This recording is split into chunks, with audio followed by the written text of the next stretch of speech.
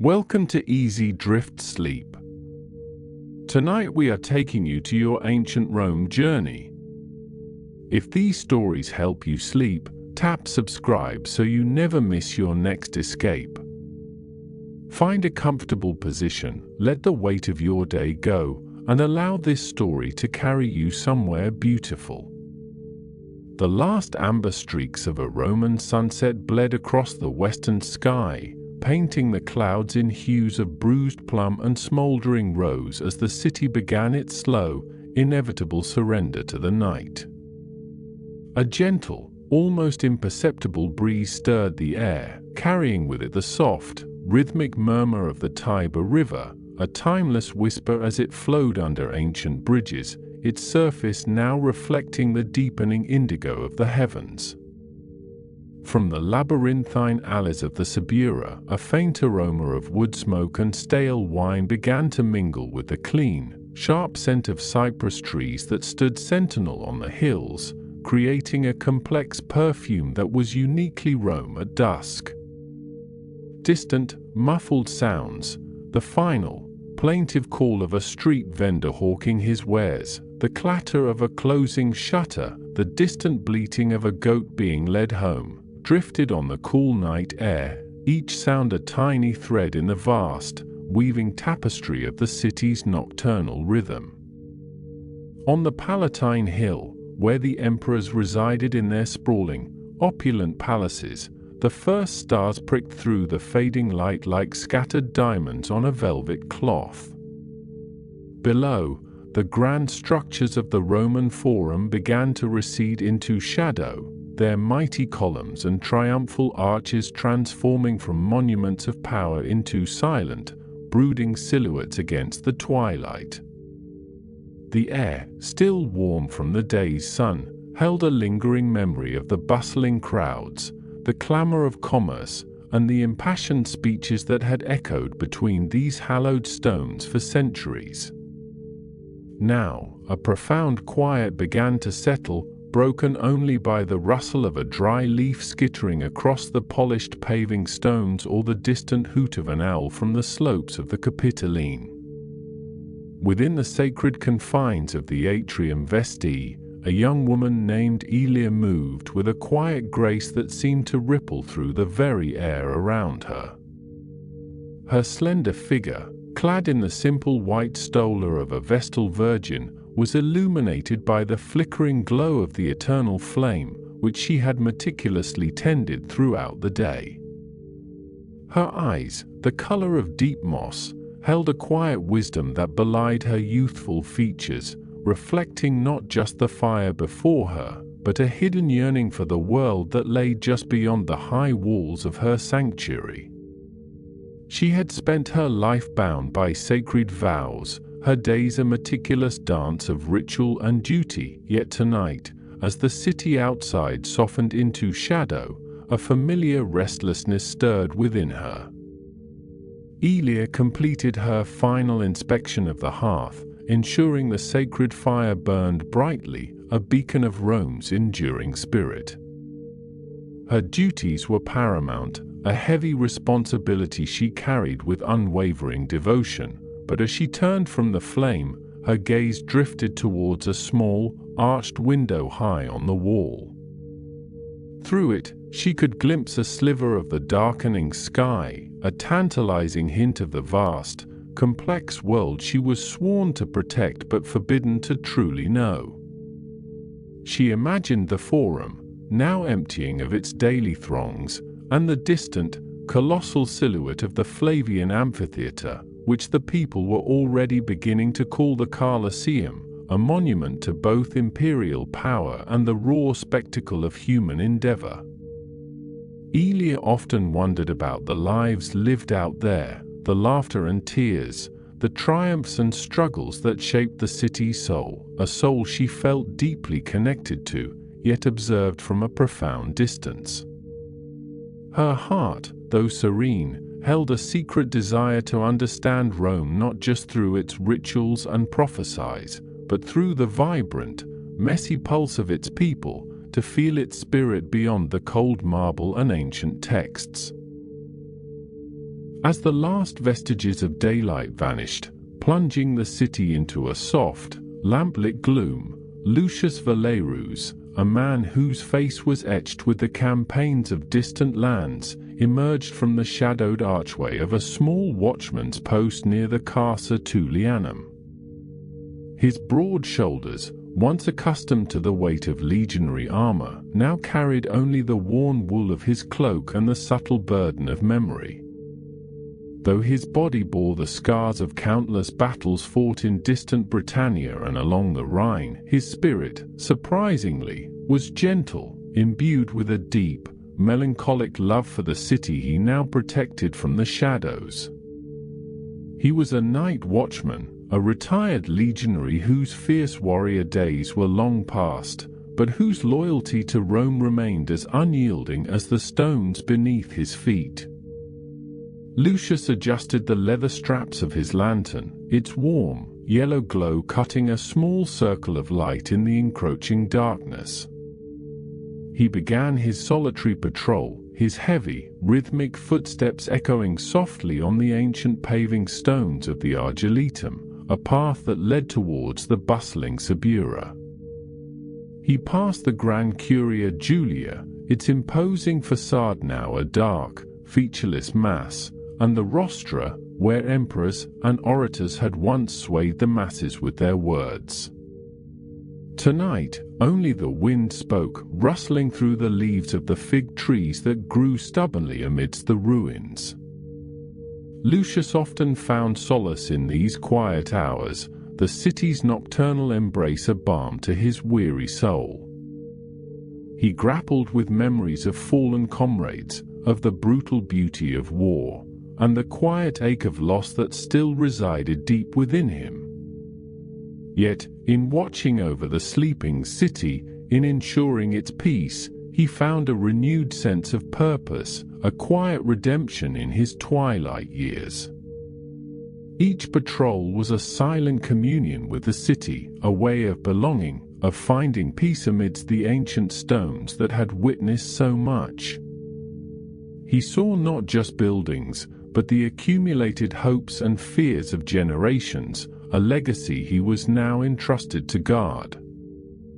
Meanwhile, in the bustling, multi-storied tenements of the Subura, where the air was thick with the scent of baking bread, fermenting wine, and unwashed humanity, Cassia, a baker's apprentice, was just finishing her shift.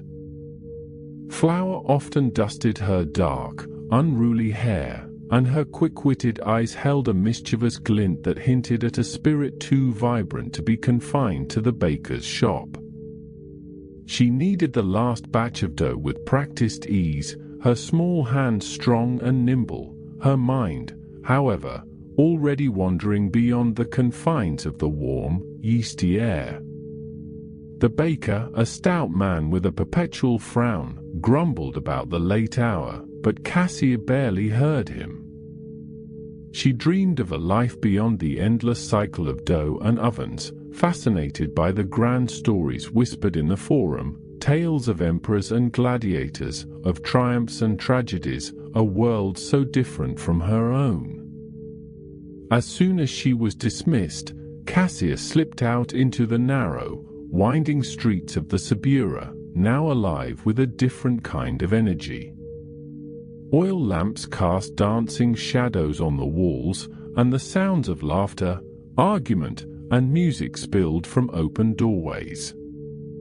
She loved these hours, the city's hidden corners beckoning with their secrets. Tonight, she planned a small, forbidden adventure, a quick detour towards the forum, just to glimpse the grand structures under the moonlight. She was driven by a youthful curiosity, a desire to understand the city beyond her immediate experience. She knew the stark contrasts of Roman life, the opulence of the Palatine a distant legend, the struggles of the Subura a daily reality, yet she felt an undeniable pull towards the heart of it all, a longing to connect with the larger narrative of Rome. She wanted to see the city not just as a place of work and survival, but as a living, breathing entity full of stories waiting to be discovered.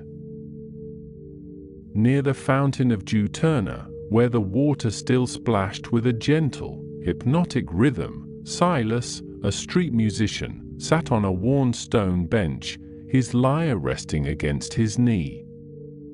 He was a wanderer, his soulful gaze reflecting the myriad lives he encountered on Rome's streets, his nimble fingers already plucking a soft, tentative melody from the strings.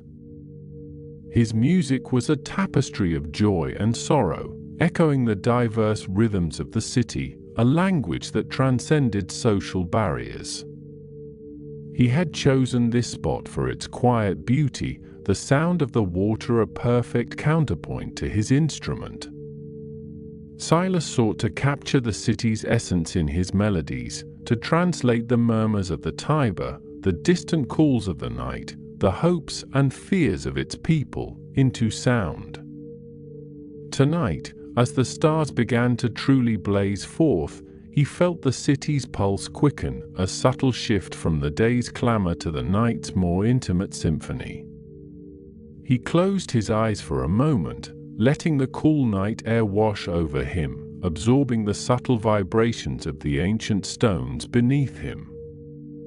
He was not just playing music, he was weaving the sounds of the city into his compositions, finding profound fulfillment in his role as its musical voice, a chronicler of Rome's nocturnal heart.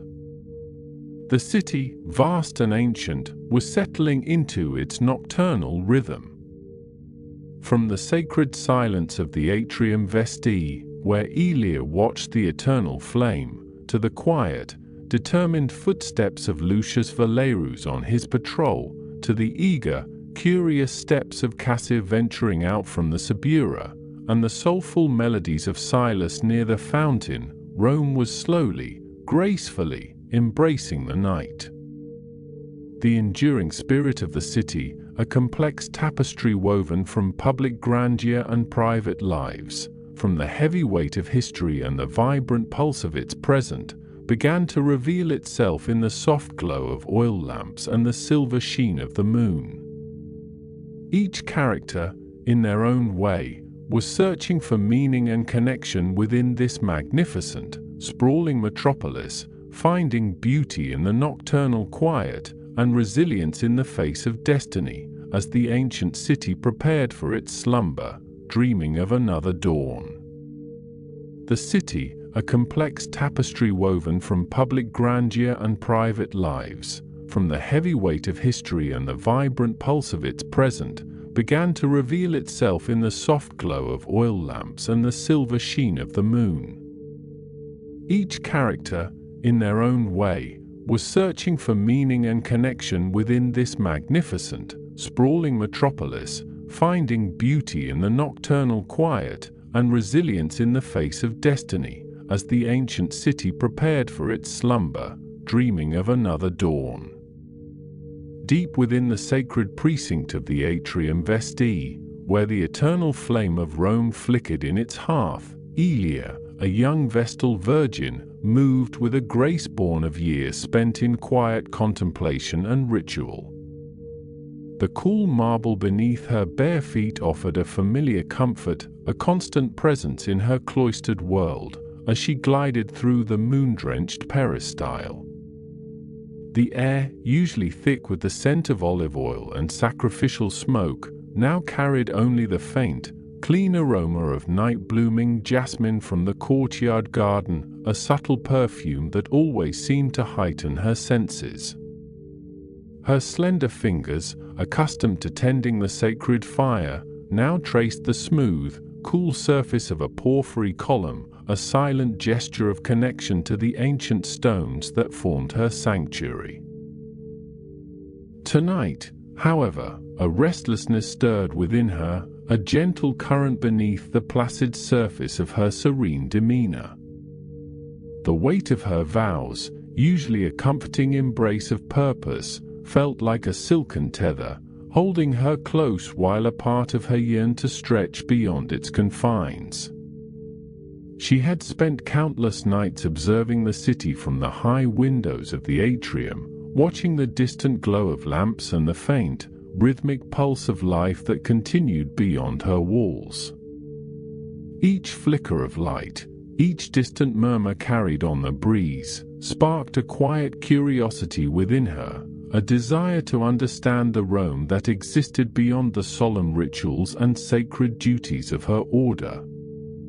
She knew the city through its gods and its history, through the ancient texts she studied and the prayers she recited, but she longed to know it through its breath, its heartbeat, its living, breathing soul. A soft, almost imperceptible sigh escaped her lips, a wisp of sound swallowed by the vast, sleeping silence of the atrium. Her eyes, usually downcast in humility, lifted to the moon, a perfect, luminous disk hanging high above the Capitoline hill. Its silver light painted the statues of the Vestals in the courtyard with an ethereal glow, transforming their stern, carved faces into expressions of serene wisdom. Elia felt a kinship with them, these silent guardians of Rome's spirit, yet she also felt a yearning for a deeper, more personal connection to the city they all served. She imagined the moonbeams falling upon the forum, illuminating the grand temples and basilicas, then stretching further, over the bustling markets of the Subura, and finally, to the distant, dark mass of the Colosseum, a monumental shadow against the night sky. Elia knew that such thoughts were a luxury, perhaps even a transgression, for a Vestal whose life was dedicated to the eternal flame. Yet, she could not quell the quiet hum of inquiry that resonated within her. She was not seeking escape, but rather understanding, a way to weave the vibrant tapestry of Rome's daily life into the sacred narrative she already held so dear. Her duty was to Rome, and she believed that to truly serve, one must truly know. This silent conviction, a quiet rebellion of the spirit, had been growing within her for months, manifesting in these nocturnal wanderings through the atrium, these stolen moments of observation from her window. Tonight, however, the pull felt stronger, an almost magnetic force drawing her towards the city's edge. She found herself standing before a small, rarely used postern gate, tucked away in a shadowed corner of the atrium's outer wall. It was meant for deliveries, for the quiet comings and goings of trusted servants, not for a Vestal virgin. Her heart, usually so steady, beat a little faster, a soft flutter against her ribs. The cool, rough stone of the wall felt different beneath her fingertips now, no longer just a boundary, but a threshold. She imagined the world just beyond, a world of sleeping citizens, of hushed conversations, of the lingering scents of supper and wine. Elia hesitated, her breath catching in her throat. The thought of stepping beyond these hallowed walls, even for a moment, was both exhilarating and terrifying. It was a step into the unknown, a departure from the strictures that had defined her entire life.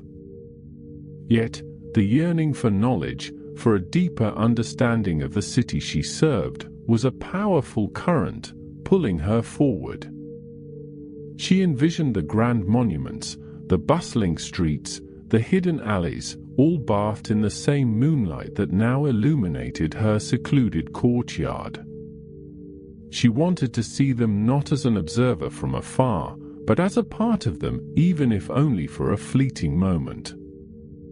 Her heart, usually so steady, beat a little faster, a soft flutter against her ribs. The cool, rough stone of the wall felt different beneath her fingertips now, no longer just a boundary, but a threshold. She imagined the world just beyond, a world of sleeping citizens, of hushed conversations, of the lingering scents of supper and wine. Elia hesitated, her breath catching in her throat. The thought of stepping beyond these hallowed walls, even for a moment, was both exhilarating and terrifying. It was a step into the unknown, a departure from the strictures that had defined her entire life. Yet, the yearning for knowledge, for a deeper understanding of the city she served, was a powerful current, pulling her forward. She envisioned the grand monuments, the bustling streets, the hidden alleys, all bathed in the same moonlight that now illuminated her secluded courtyard. She wanted to see them not as an observer from afar, but as a part of them, even if only for a fleeting moment. With a resolve that surprised even herself, Elia unbarred the heavy wooden gate, the ancient hinges groaning softly in protest, a sound that seemed to echo in the vast silence of the night. A sliver of the outside world, a breath of cool, damp air carrying the faint scent of the Tiber and distant wood smoke, seeped into the sacred precinct. She slipped through the narrow opening, pulling the gate shut behind her with a soft click that resonated in the stillness. For a moment, she stood perfectly still, her senses overwhelmed by the sudden shift in atmosphere. The air felt freer, cooler, carrying with it 1,000 subtle nuances that had been absent within the atrium. She found herself in a narrow, cobbled alleyway, dimly lit by a single, flickering oil lamp hanging precariously from a nearby building. The shadows here were deeper, more mysterious, dancing with a life of their own. The familiar sense of order and sacred geometry that defined the atrium was gone, replaced by the organic, winding chaos of a Roman street. Elia pulled the hood of her simple, unadorned cloak further over her head, her white vestal robes hidden beneath. She knew the risk she was taking, the profound implications of her actions, but the thirst for understanding, for connection, was a potent elixir.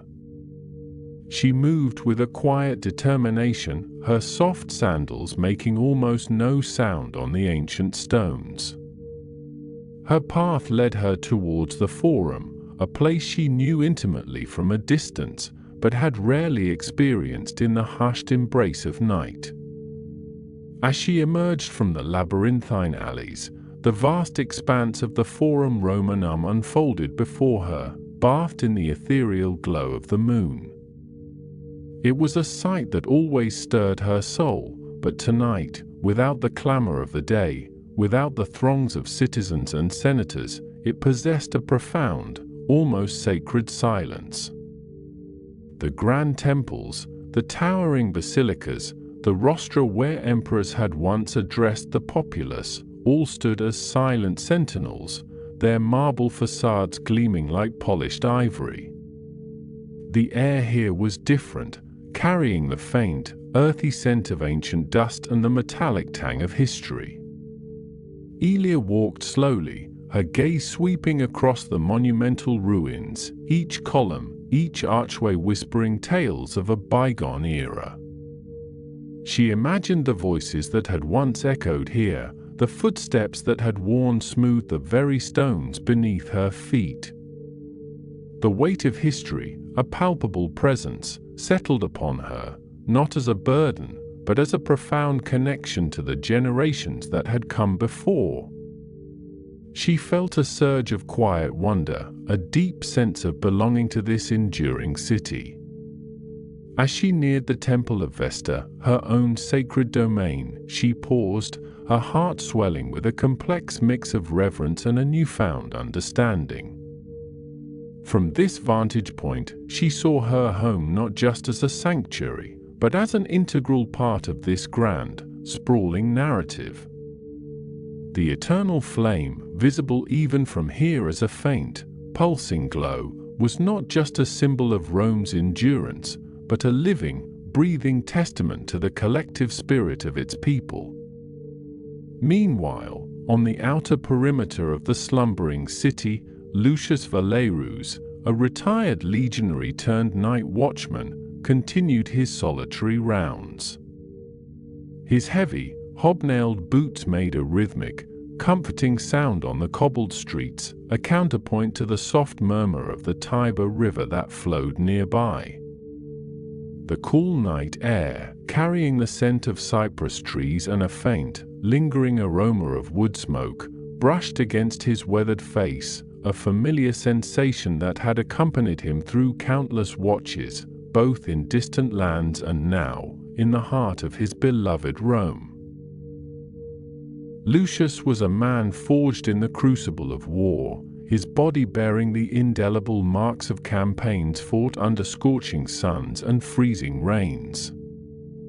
His face, etched with deep lines that spoke of both hardship and resilience, was a map of his life's journey. Yet, beneath the hardened exterior, a gentle spirit resided, one that carried a deep, melancholic love for the city he now protected from the shadows. He had seen empires rise and fall, had witnessed the brutal realities of human conflict, and had returned to Rome with a profound appreciation for its enduring spirit, its quiet strength. Tonight, his patrol took him along the western slopes of the Palatine Hill, overlooking the Forum and the sprawling expanse of the city beyond. He paused, leaning against a rough stone wall, his gaze sweeping across the moonlit landscape. The Forum, usually a cacophony of voices and commerce, was now a tableau of silent grandeur, its ancient stones bathed in a silver light that softened their edges and deepened their shadows.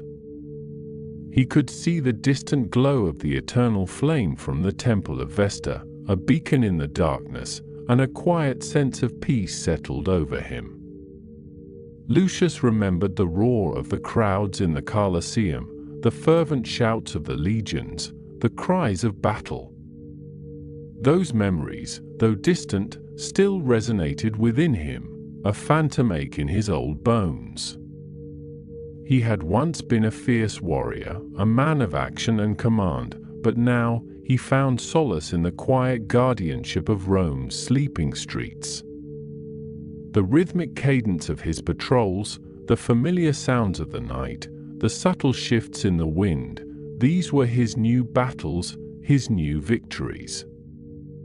He was no longer fighting for conquest, but for preservation, for the quiet continuity of life within the city he held so dear. He thought of the young men he had led, the friends he had lost, the sacrifices made in the name of Rome. A pang of sorrow, a familiar companion, tightened in his chest. But it was not a bitter sorrow, rather a quiet acceptance, a recognition of the price of empire, the cost of greatness. He found redemption in his current role, a sense of purpose in watching over the sleeping city, his arc culminating in a renewed sense of belonging and peace amidst the ancient stones. He was a silent guardian, a witness to Rome's enduring legacy, a living bridge between its glorious past and its hopeful future. As he continued his rounds, Lucius noticed a subtle disturbance near the Temple of Vesta, a flicker of movement that caught his trained eye. His senses, honed by years of vigilance, sharpened instantly. He moved with a quiet efficiency, his heavy frame surprisingly agile as he melted into the deeper shadows, his hand instinctively resting on the hilt of the short gladius he still carried, more for comfort than for combat.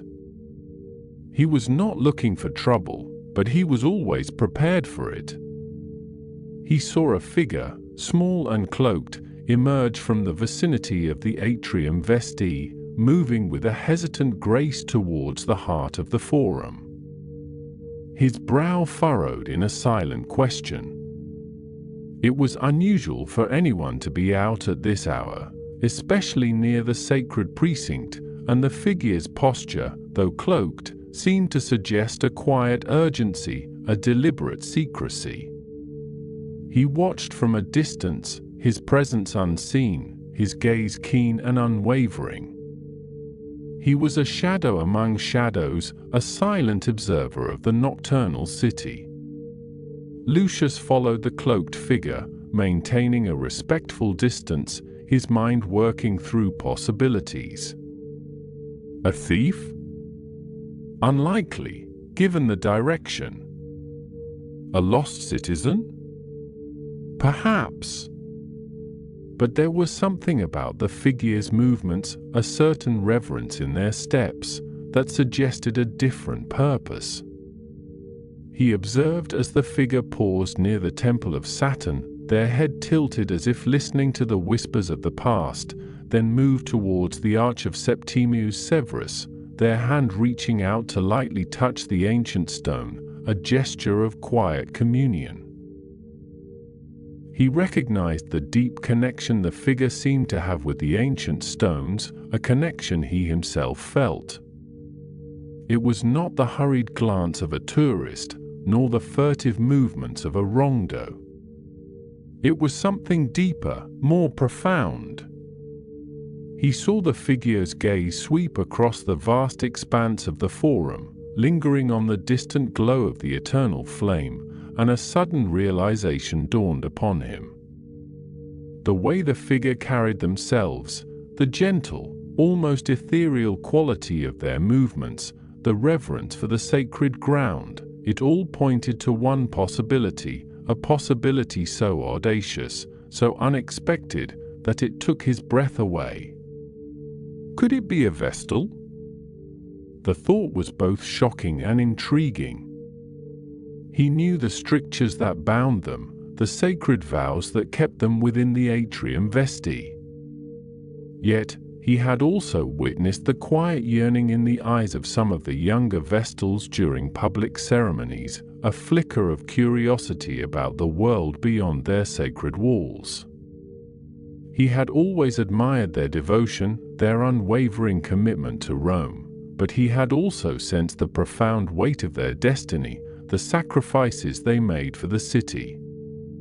Lucius decided to maintain his distance, to observe rather than to intervene. He was a guardian, not an inquisitor. If this was indeed a Vestal, then her presence here, under the cloak of night, was a profound act of personal exploration, a quiet quest for understanding. He felt a strange kinship with the cloaked figure, a shared sense of purpose in their nocturnal wanderings. He, too, sought meaning and connection in the quiet hours, finding solace in the enduring spirit of Rome. The cloaked figure, whom Lucius now strongly suspected was a Vestal, moved with a deliberate slowness towards the Colosseum, a monumental shadow against the moonlit sky. Lucius followed, his heart filled with a quiet wonder.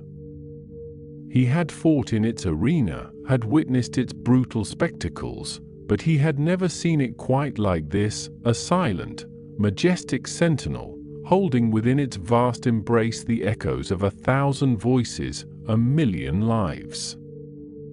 Ea, her heart still beating with a quiet thrill of forbidden adventure, felt an almost magnetic pull towards the colossal amphitheater. She had seen it from a distance, a looming presence on the city's horizon, but she had never dared to approach it so closely. As she drew nearer, its sheer scale became overwhelming, its curved walls rising like a mountain range against the night sky. The air here felt heavier, charged with the lingering energy of countless spectacles, of triumphs and tragedies. She found a quiet alcove near one of the massive arches, a shadowed recess where she could observe without being seen. From here, she gazed up at the towering structure, its tiers of arches reaching towards the heavens, each one a silent witness to the passage of time. She imagined the roar of the crowds, the clash of gladiatorial steel, the cries of the beasts. It was a place of immense power, of raw human emotion, a stark contrast to the serene quiet of her atrium. Yet, even in its brutal grandeur, Elia found a strange beauty, a profound testament to the human spirit's capacity for both cruelty and courage. She understood, in that moment, that Rome was not just its sacred fires and its solemn rituals, but also its magnificent spectacles, its triumphs, its very human struggles. It was a city of contrasts, a complex tapestry woven from light and shadow, from sacred duty and earthly desires. As she stood there, a profound sense of connection washed over her. She was not just a vestal, a guardian of the flame, but a daughter of Rome, a witness to its enduring spirit. Her nocturnal foray, born of a hushed curiosity, had opened her eyes to a deeper, richer understanding of the city she served. The weight of history, the legacy of generations, settled upon her not as a burden, but as a source of strength, a profound affirmation of her place within this magnificent, sprawling metropolis. Lucius, watching from a distance, saw the cloaked figure stand perfectly still, their gaze fixed upon the Colosseum. He saw the subtle shift in their posture, the way their shoulders seemed to relax, as if a great weight had been lifted, or perhaps a new understanding had settled upon them. He recognized that look, that quiet moment of revelation, for he had experienced it himself many times in his life. He knew, then, that this was not a transgression, but a pilgrimage, a sacred journey of the spirit. He felt a quiet pride swell within him, a sense of belonging to this enduring city, this place where even a vestal, bound by ancient vows, could find a deeper connection to its soul under the silver sheen of the moon.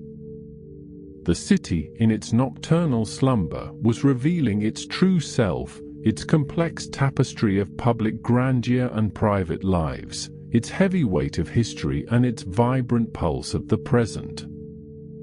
And in the quiet wonder of the night, both Elia and Lucius, in their own ways, were finding meaning and connection, discovering the beauty of the nocturnal city, and reaffirming their resilience in the face of destiny, as the ancient city continued its deep slumber, dreaming of another dawn.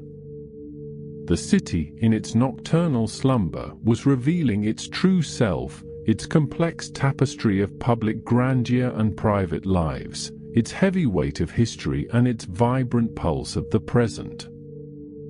And in the quiet wonder of the night, both Elia and Lucius, in their own ways, were finding meaning and connection, discovering the beauty of the nocturnal city, and reaffirming their resilience in the face of destiny, as the ancient city continued its deep slumber, dreaming of another dawn. Beyond the hushed elegance of the Palatine, where Elia had found a moment of unexpected peace, and far from the forum's echoing grandeur, where Lucius wrestled with the shadows of his past, the city's pulse beat with a different rhythm in the labyrinthine alleys of the Subura. Here, the air was thick with the mingled scents of baking bread, stale wine, and the ever-present wood smoke that curled from countless hearths, painting the narrow streets with a soft, shifting haze under the glow of the moon. In a small, bustling bakery, even at this late hour, a young woman named Cassia moved with an almost frantic energy, her hands a blur of motion as she kneaded dough with practiced ease. Flour dusted her dark hair like a fine, pale crown, and a smudge of charcoal from the oven clung to her cheek, but her eyes, bright and quick, missed nothing. She was an apprentice, barely 17, and the rhythmic thud of dough against the wooden table was a familiar lullaby, yet her mind often strayed beyond the confines of the bakery walls. Tonight, a particularly persistent image of the Colosseum, its massive arches silhouetted against the indigo sky, had taken root in her thoughts, fueled by a whispered rumor of a spectacular beast hunt planned for the coming week. She imagined the roar of the crowd, the exotic animals, the sheer spectacle of it all, a stark contrast to the predictable cycle of flower, water, and fire that defined her days. Her master, a stoic man named Marcus, grunted approvals and corrections from his perch by the oven, his face ruddy from the heat. He saw Cassia's efficiency, her strength, her undeniable talent with the dough, but he often missed the restless spark in her gaze, the way her head tilted slightly when a distant, muffled sound drifted in from the street, or how she would pause, mid-need, to stare out the small, grimy window at the sliver of moon visible between the towering insulae. She dreamed of a life beyond the baker's shop, not necessarily a grand life, but one filled with stories, with the kind of vivid experiences that the old men in the forum would recount, their voices thick with the weight of history and adventure.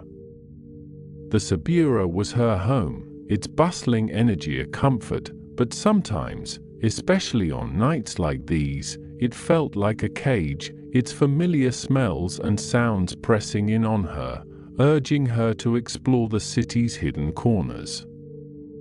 When the last loaves were pulled from the oven, their crusts golden and fragrant, and the bakery finally fell silent save for the crackle of embers, Cassia slipped out, a small, warm loaf tucked into her cloak. The cool night air was a welcome balm against her flushed cheeks. She walked with a purpose, not towards her small room above the bakery, but deeper into the labyrinthine alleys, her soft leather sandals making barely a sound on the worn cobblestones. The Sabura, by night, was a different beast altogether. Shadows danced in the flickering light of oil lamps hung outside taverns, their raucous laughter and the clinking of amphorae spilling out into the narrow passages. The scent of cypress trees, carried on a gentle breeze from the gardens of the wealthy, mingled here with the more earthy aromas of the district, stale wine, cooking oil, and the faint, sweet decay of refuse. Cassia navigated the familiar twists and turns with an innate sense of direction, her curiosity pulling her onward. She passed a group of sleeping beggars huddled in a doorway, their forms indistinguishable beneath their tattered cloaks, and a sudden pang of compassion, sharp and unexpected, tightened her chest. The stark contrasts of Roman life were never far from her mind, from the opulent villas on the Palatine, which she had only glimpsed from afar, to the struggles of her own community, where every loaf of bread was earned with sweat and toil. Yet, there was a resilience here, a vibrant, tenacious spirit that she deeply admired. She found herself, as she often did, drawn towards the edge of the district, where the Sabura gave way to slightly wider streets, leading towards the Forum and the grander monuments. Here, the sounds shifted, becoming less immediate, more distant and muffled. A street vendor's call, selling roasted chestnuts or hot spiced wine, carried on the cool night air, a plaintive, almost musical cry that spoke of a city that never truly slept. As Cassie paused near a small fountain, its water murmuring softly into a stone basin, a melody, delicate and haunting, drifted towards her. It was the sound of a lyre, played with a skill that transcended the usual street performances. She followed the sound, her steps slowing, her heart captivated. Around a corner, under the soft glow of a single lamp, sat Silas, the street musician. His fingers danced across the strings of his lyre, coaxing forth a tapestry of sound that seemed to weave together the joy and sorrow of the city itself.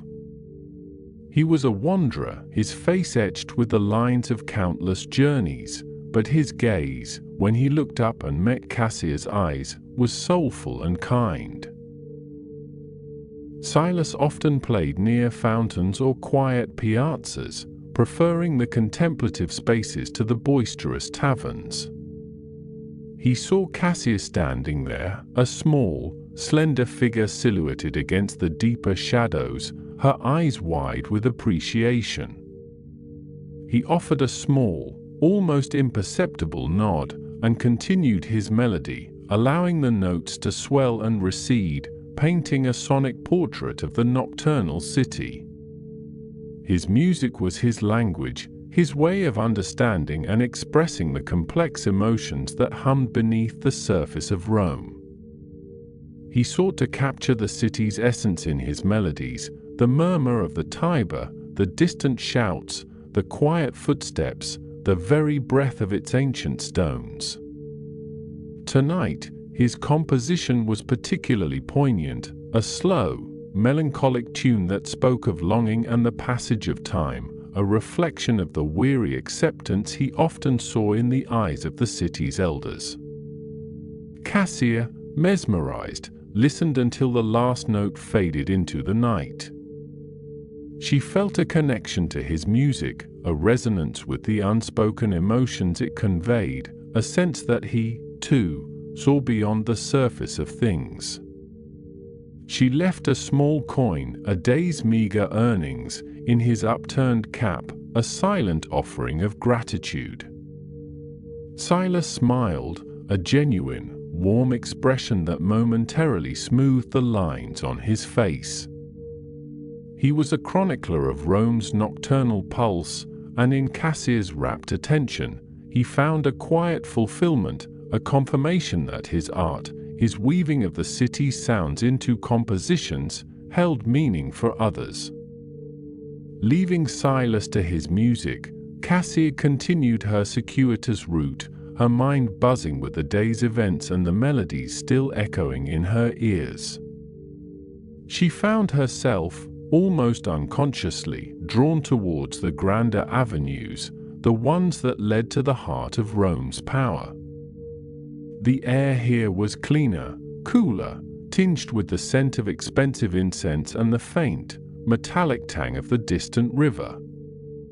The buildings were taller, their facades adorned with intricate carvings, their windows dark and silent, hinting at the lives of privilege within. As she passed a particularly imposing domus, its entrance flanked by polished marble columns, a figure emerged, cloaked and accompanied by a single, silent attendant carrying a flickering lantern. It was Senator Gaius Marcellus, a man whose name was whispered with reverence and a touch of fear in the forum. Even in his twilight years, his posture was imposing, his aristocratic profile sharp against the lamp's glow. He embodied the old Roman virtues, a pillar of the Senate, a man whose decisions shaped the lives of countless citizens. Cassia had only ever seen him from afar, a distant, powerful figure on the rostra, but tonight, walking the quiet streets, he seemed almost vulnerable, a man burdened by the weight of his responsibilities. Gaius, for his part, was engaged in his nightly ritual, a solitary walk through the quieter parts of the city after a long evening of political maneuvering and tedious discussions. His public persona, stern and unyielding, often masked private anxieties about the empire's future, the constant political machinations, the subtle erosion of the old ways. He walked slowly, his gaze sweeping over the familiar architecture, the silent witnesses to centuries of Roman history.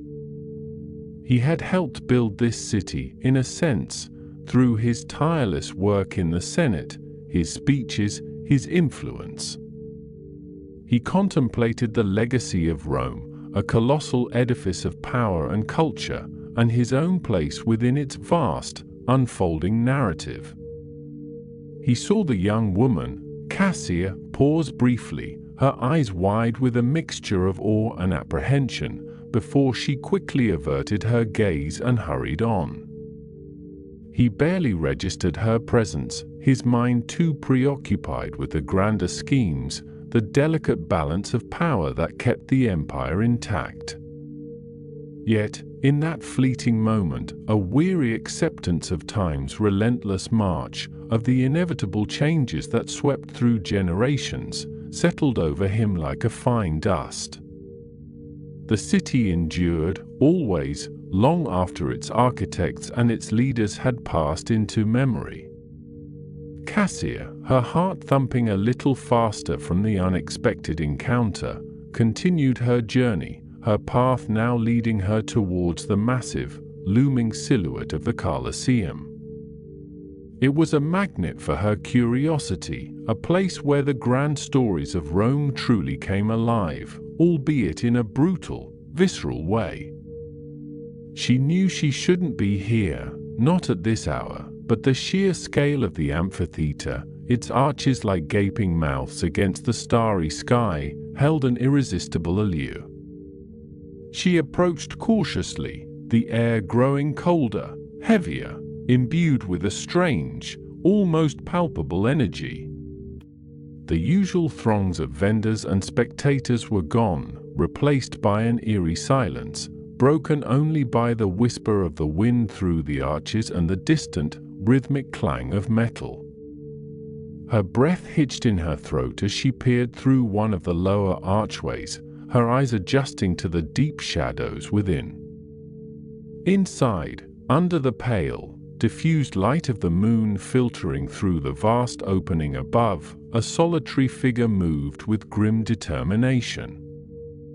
It was Drusus, a gladiator in training, his formidable physique honed by endless hours of brutal exercise. He was practicing, even now, long after his trainers had retired for the night, driven by a relentless need to perfect his movements, to delay the inevitable. His heavy practice sword, made of wood, swished through the air with a powerful, almost mournful sound. Drusus was a young man, barely older than Cassia, but his face was already etched with a stoic resignation, the grim reality of his future in the arena a constant, suffocating presence. He moved with a dancer's grace, a lethal beauty, his muscles rippling under the thin tunic. He was haunted by the specter of the sand, the roar of the crowd, the final, decisive blow. He often found himself here, in the quiet, echoing vastness of the Colosseum at night, grappling with his fear, with the gnawing desire for freedom that he knew would never be granted. He imagined the faces in the crowd, the emperor's gaze, the blood that would inevitably stain the sand. Sometimes, a flicker of defiance, a spark of pure, unadulterated rage, would cross his eyes, but it was quickly extinguished, replaced by the familiar, heavy cloak of his destiny. He paused, leaning against a cold stone pillar, his chest heaving, not just from exertion, but from the silent battle within. He closed his eyes, picturing the sun on his face, the wind in his hair, the simple freedom of walking without the weight of a sword or a shield. He knew his path was brutal, his end likely violent, but in these quiet moments, under the vast, indifferent sky, he sought a fragile inner strength, a dignity to face whatever came, to meet his fate with a quiet resolve. He was a pawn in a grand spectacle, but he would not be broken. Cassia, hidden in the shadows, watched him, her heart aching with a profound, unspoken sympathy. She had heard the whispers, the stories of the gladiators, but to see one, so close, so vulnerable in his solitude, was a different experience altogether. She saw not just the formidable warrior, but the young man beneath the armor, burdened by a fate he could not escape. The contrast between his raw, physical power and the quiet despair in his movements was stark, a vivid illustration of the city's complex tapestry.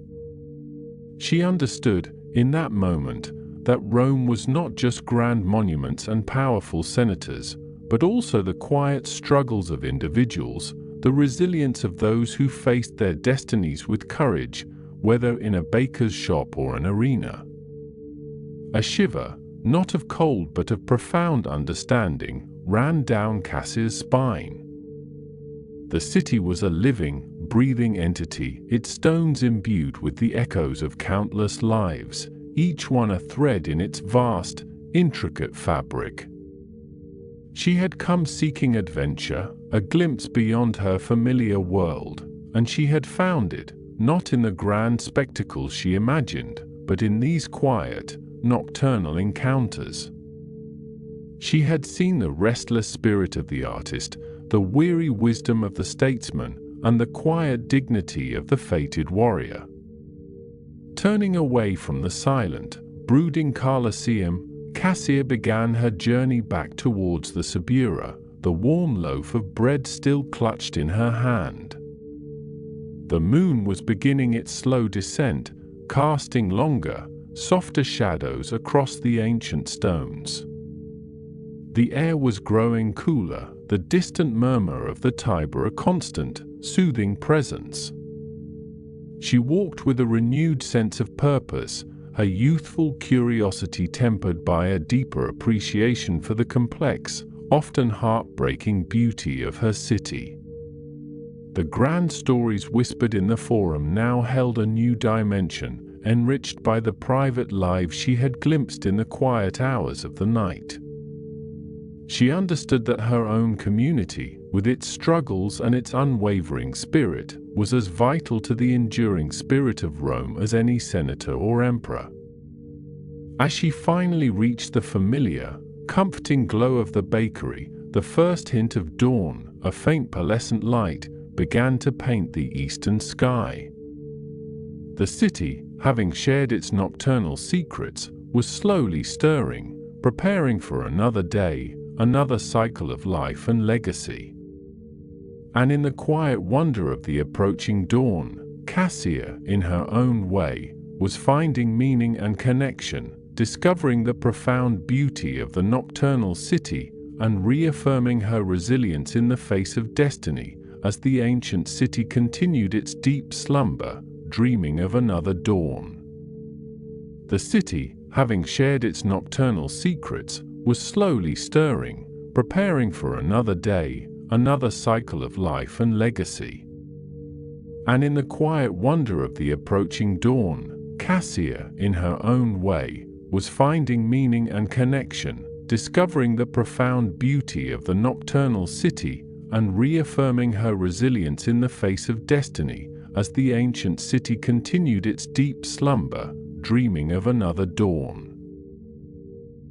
As the first tendrils of sunlight began to stretch across the rooftops, chasing away the lingering shadows of the night, a different kind of vigil was drawing to a close.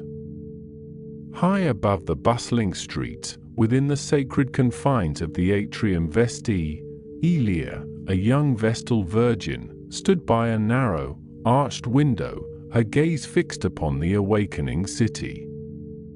Her slender frame, draped in the simple white stola of her order, seemed almost ethereal in the dim pre-dawn light, her eyes, deep and thoughtful, reflecting a quiet wisdom that belied her youthful years. The air within the atrium was cool and still, carrying the faint, sweet scent of extinguished lamp oil and the ancient, earthy aroma of stone that had stood for centuries. Elia had spent much of the night in prayer and contemplation, ensuring the sacred fire of Vesta continued its eternal flicker, a responsibility that weighed both heavily and beautifully upon her soul. Yet, even amidst the profound solemnity of her duties, her mind often wandered beyond the high walls of her sanctuary, drawn by the unseen currents of life that pulsed through the city below. She imagined the sleeping families in their insulae, the merchants dreaming of bustling markets, the senators lost in visions of power, and the legionaries, like her own father had been, perhaps reliving distant battles in their slumber. Rome, to her, was not merely a collection of grand monuments and sacred rituals. It was a living, breathing entity, a tapestry woven from countless individual stories, each thread contributing to its enduring spirit. A soft sigh escaped her lips, a whisper of a yearning she rarely acknowledged, even to herself. Her life was one of profound purpose, dedicated to the goddess and the well-being of Rome, a path chosen for her from childhood. Yet there were moments, like these quiet hours before dawn, when the vastness of the world outside felt overwhelmingly compelling. She imagined walking freely through the Forum, not as a revered, untouchable figure, but as an ordinary citizen, feeling the rough cobblestones beneath her sandals, hearing the unvarnished chatter of the crowds, smelling the rich tapestry of daily life. Her vows bound her, not just to the hearth of Vesta, but to a life apart, a gilded cage of reverence and responsibility. The sky was now a delicate wash of rose and gold, painting the upper reaches of the Palatine Hill in hues of ethereal beauty. Below, the Forum Romanum remained largely cloaked in shadow, its grand temples and basilicas standing like silent sentinels, holding the secrets of generations within their ancient stones. Aelia often felt a profound connection to these structures, not just as symbols of Rome's might, but as repositories of its collective memory. She imagined the voices of long-dead orators echoing through the rostra, the rustle of togas in the Senate House, the clamor of justice in the Basilica Julia. Each stone, she believed, held a story, a fragment of Rome's soul, and she, in her silent vigil, felt herself to be a part of that grand, unbroken narrative. As the first rays of the sun kissed the highest columns of the Temple of Saturn, casting long, dramatic shadows across the empty piazza, Aelia turned from the window, her duty now calling her to the morning rites. Her steps were light and sure as she moved through the hallowed halls, the cool marble smooth beneath her feet. The flickering flame of Vesta, carefully tended throughout the night, cast dancing shadows on the walls, a constant reminder of the profound legacy entrusted to her care. She understood that her role, though confined, was vital, a silent guardian of the very essence of Rome, a keeper of its most ancient and sacred heart. Meanwhile, far below the Palatine, in the labyrinthine alleys of the Subura, Lucius Valerius, a retired legionary and now a night watchman, was concluding his own solitary patrol.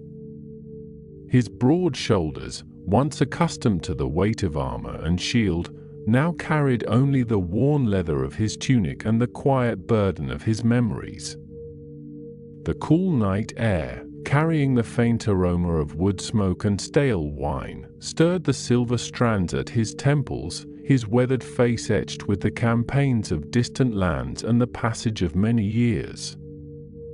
He moved with a slow, deliberate gait, his calloused hands resting on the hilt of a short gladius, a relic of his former life, more for comfort than for necessity in these quieter streets.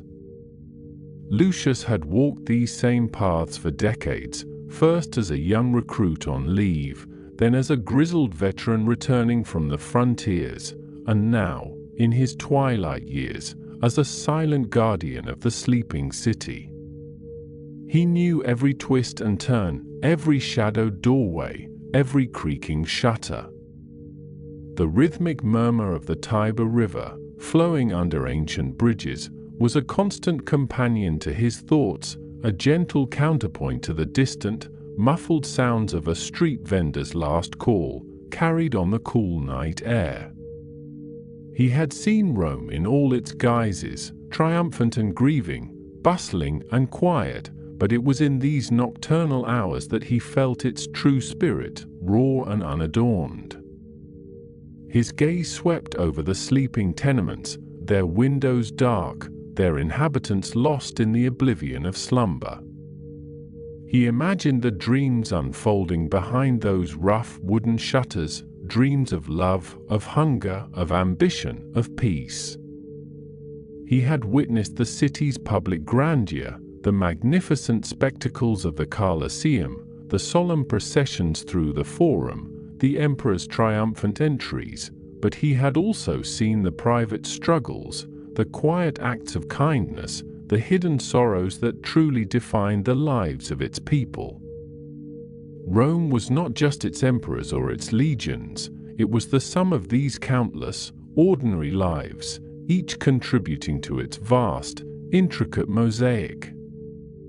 A pang of melancholic love for the city tightened in his chest. He had fought for Rome, bled for Rome, and watched comrades fall for its glory. The scars on his body were a testament to that devotion, but the deeper wounds, those etched upon his soul, were the memories of loss, of the faces of friends who would never again walk these streets. He often found solace in the quiet guardianship of these hours, a sense of purpose in watching over the city that had given him so much and taken so much in return. It was a form of redemption, a way of honoring those who had fallen, by protecting the very heart of what they had fought for. As he rounded a corner, a faint light flickered from a small baker's shop, already preparing for the day's first loaves. The warm, yeasty scent of fresh bread wafted into the cool air, a comforting aroma that spoke of continuity and the simple rhythm of life. Lucius paused, taking a deep breath, letting the scent fill him. It was these small, enduring details that truly anchored him, reminding him that despite the grand narratives of emperors and empires, life in Rome continued, resilient and persistent. He thought of the young Vestal virgins high on the Palatine, tending their sacred flame.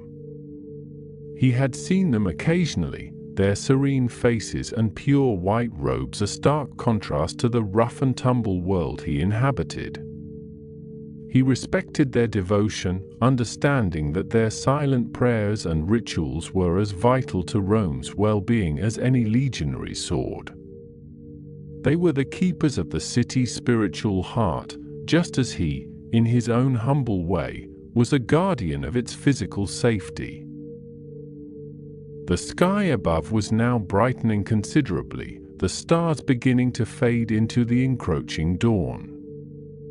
Lucius knew his shift was nearing its end, the city's official watchman would soon take over, and the streets would begin to fill with the clamor of waking life. He felt a quiet satisfaction, a sense of duty fulfilled. He had kept the shadows at bay, ensured a peaceful night for the sleeping populace, and witnessed another transition from darkness to light. His path led him past the towering, skeletal remains of the Colosseum, its massive arches silhouetted against the brightening sky. Even in its still unfinished state, its grandeur was undeniable, a testament to Rome's ambition and engineering prowess. He remembered the first gladiatorial games held there, the roar of the crowd, the clash of steel, the scent of blood and sand. He had been a young legionary then, hardened by battle, yet still awed by the spectacle.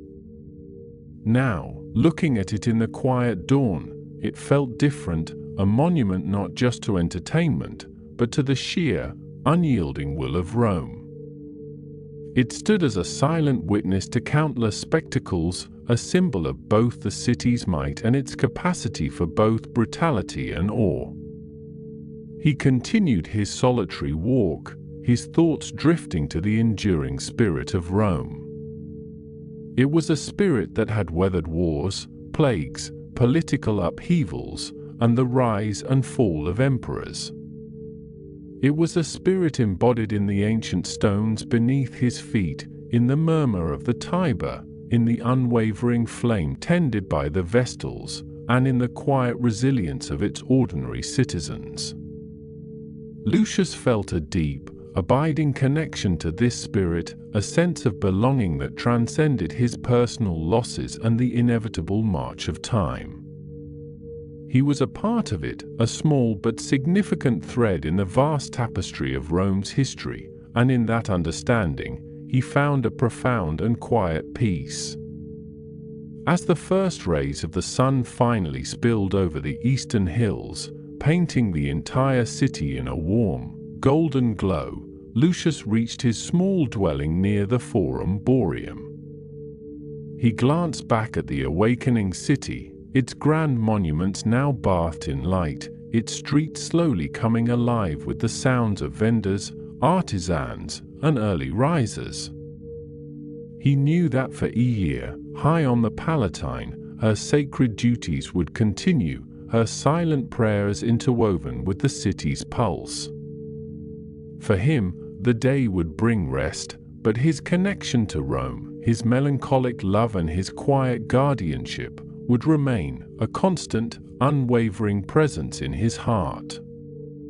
The city, ancient and eternal, continued its majestic dance between night and day, its silent stories whispering through the ages, waiting for those who would listen. The city, ancient and eternal, continued its majestic dance between night and day, its silent stories whispering through the ages, waiting for those who would listen. As the first faint blush of dawn began to paint the eastern sky, a soft, ethereal light touched the highest peaks of the Palatine Hill, gently illuminating the grand palaces and sacred temples that crowned its summit. From a secluded balcony within the atrium vestì, Aelia stood, her slender form silhouetted against the nascent light, a silent sentinel observing the awakening city. The air, still cool from the night, carried the faint, sweet scent of jasmine from the temple gardens, mingling with the distant, earthy aroma of the Tiber. Her eyes, usually serene and composed, held a profound depth as they swept across the vast panorama unfolding before her. Below, the sprawling expanse of the Roman Forum, still cloaked in the deep shadows of pre-dawn, began to reveal its monumental structures, the towering columns of the Temple of Saturn, the majestic arches of the Basilica Aemilia, and the silent, imposing presence of the Curia Julia.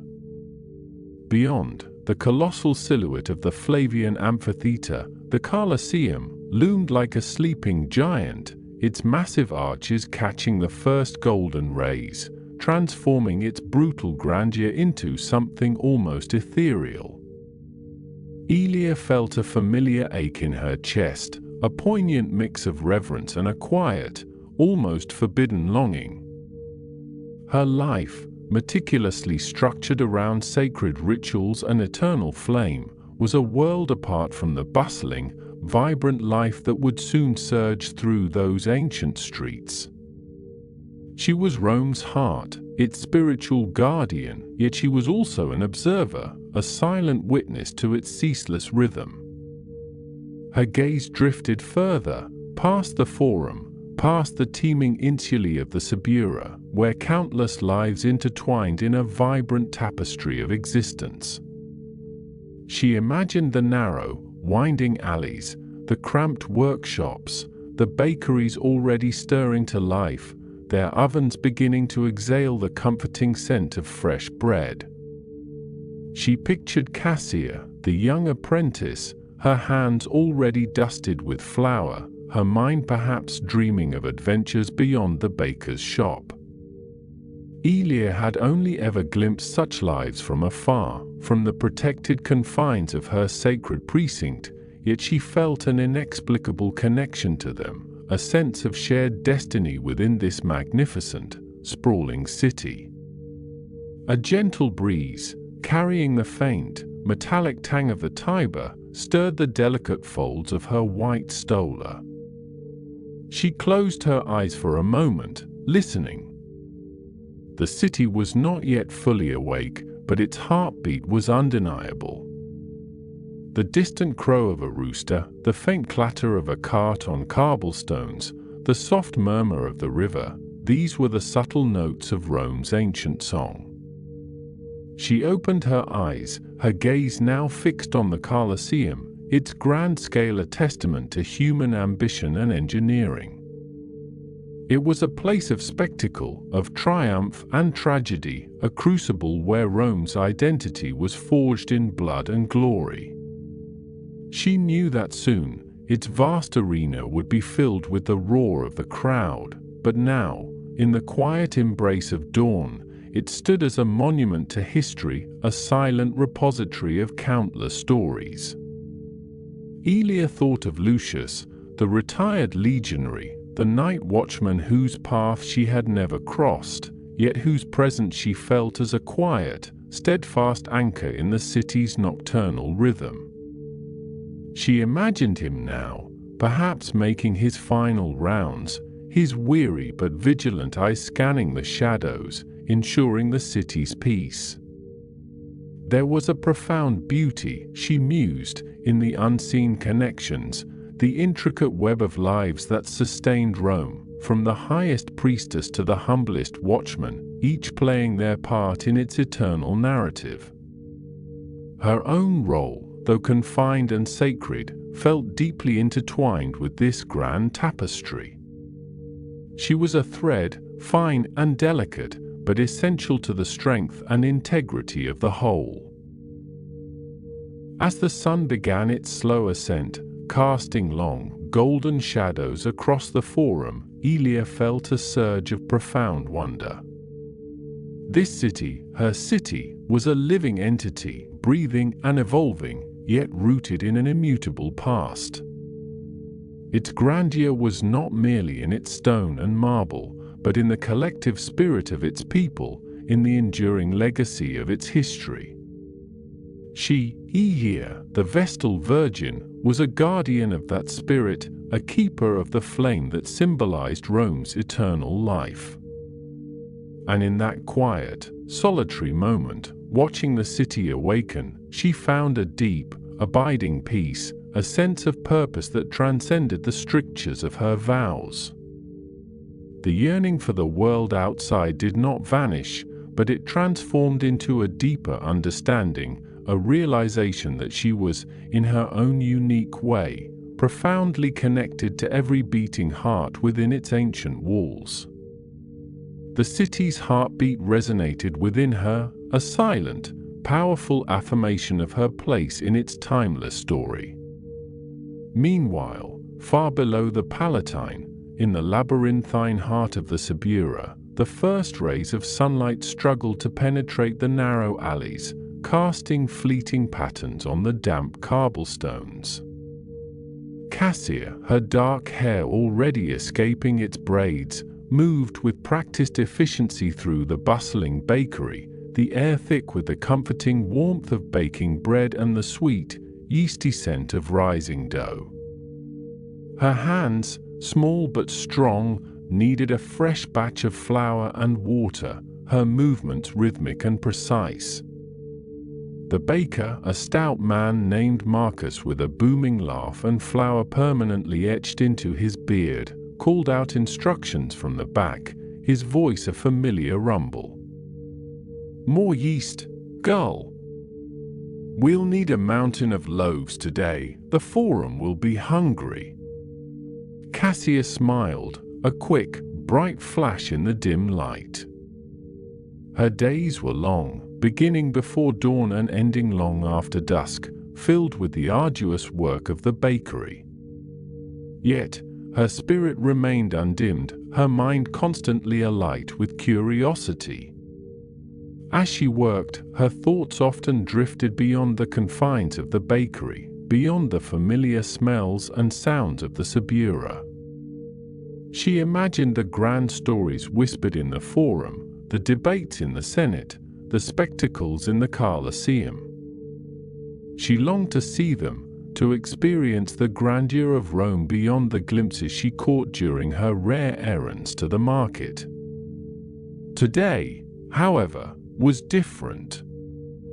Today, Marcus had promised her a special delivery to a merchant near the Forum, a rare opportunity to venture beyond her usual routes. The thought filled her with a nervous excitement, a tingling anticipation that made her hands work even faster. She imagined the towering temples, the intricate statues, the sheer scale of the public spaces that she had only ever heard described in hushed tones by older apprentices. She pictured the senators in their togas, the wealthy matrons in their fine silks, the soldiers in their gleaming armor. It was a world so far removed from her own, yet it was the same city, the same Rome. As the morning progressed, the bakery came fully alive. The clatter of wooden peels, the hiss of water on hot stones, the rhythmic thud of dough being worked, these were the sounds of her life, the symphony of the Subura.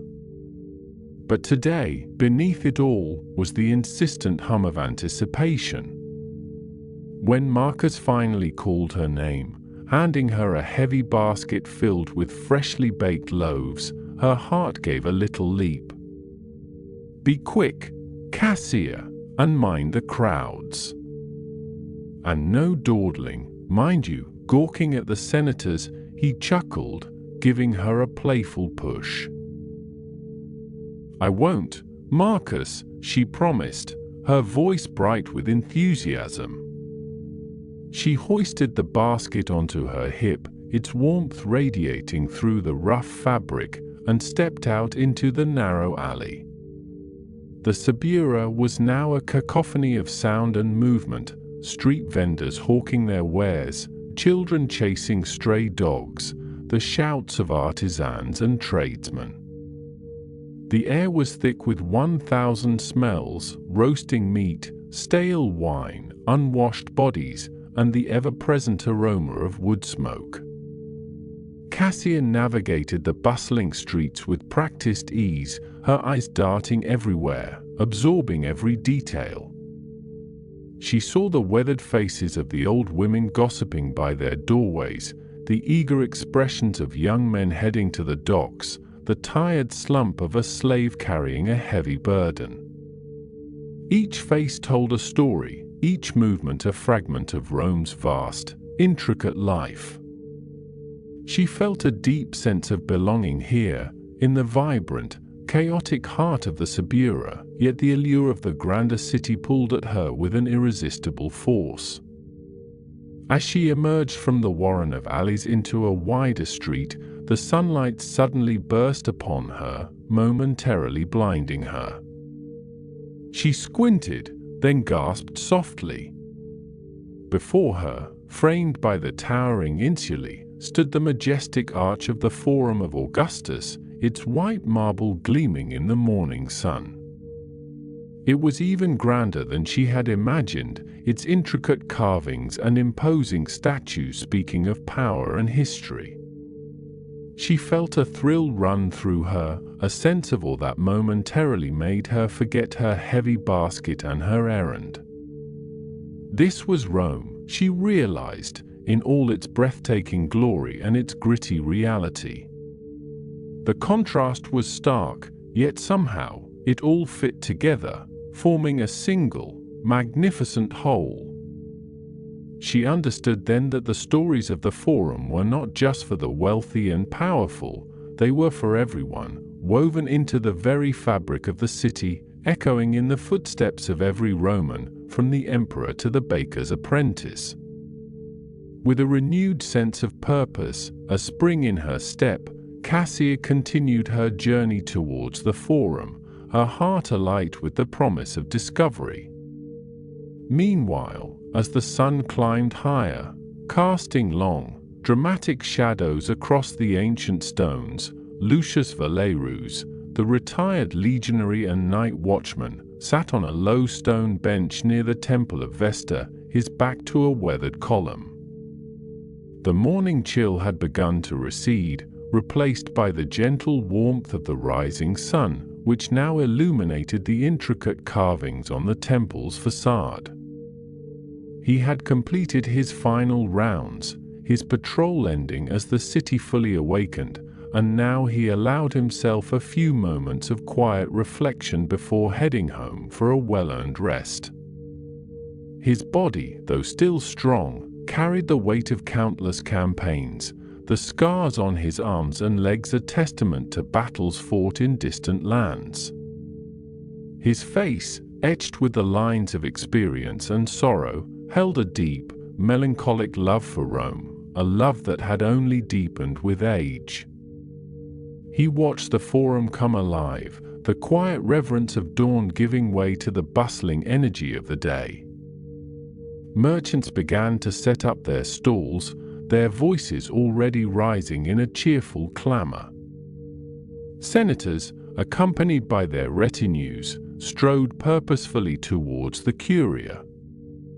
Citizens from all walks of life converged on the Forum, some for business, some for gossip, some simply to soak in the vibrant atmosphere. Lucius observed them all, his gaze steady and knowing. He had seen generations pass through these very streets, witnessed the rise and fall of emperors, the ebb and flow of Rome's fortunes. He had fought for this city, bled for it, and now, in his twilight years, he protected it from the shadows, a silent guardian of its peace. The memories of war, of lost comrades, of the brutal realities of the battlefield, still haunted him, often surfacing in the quiet hours of the night.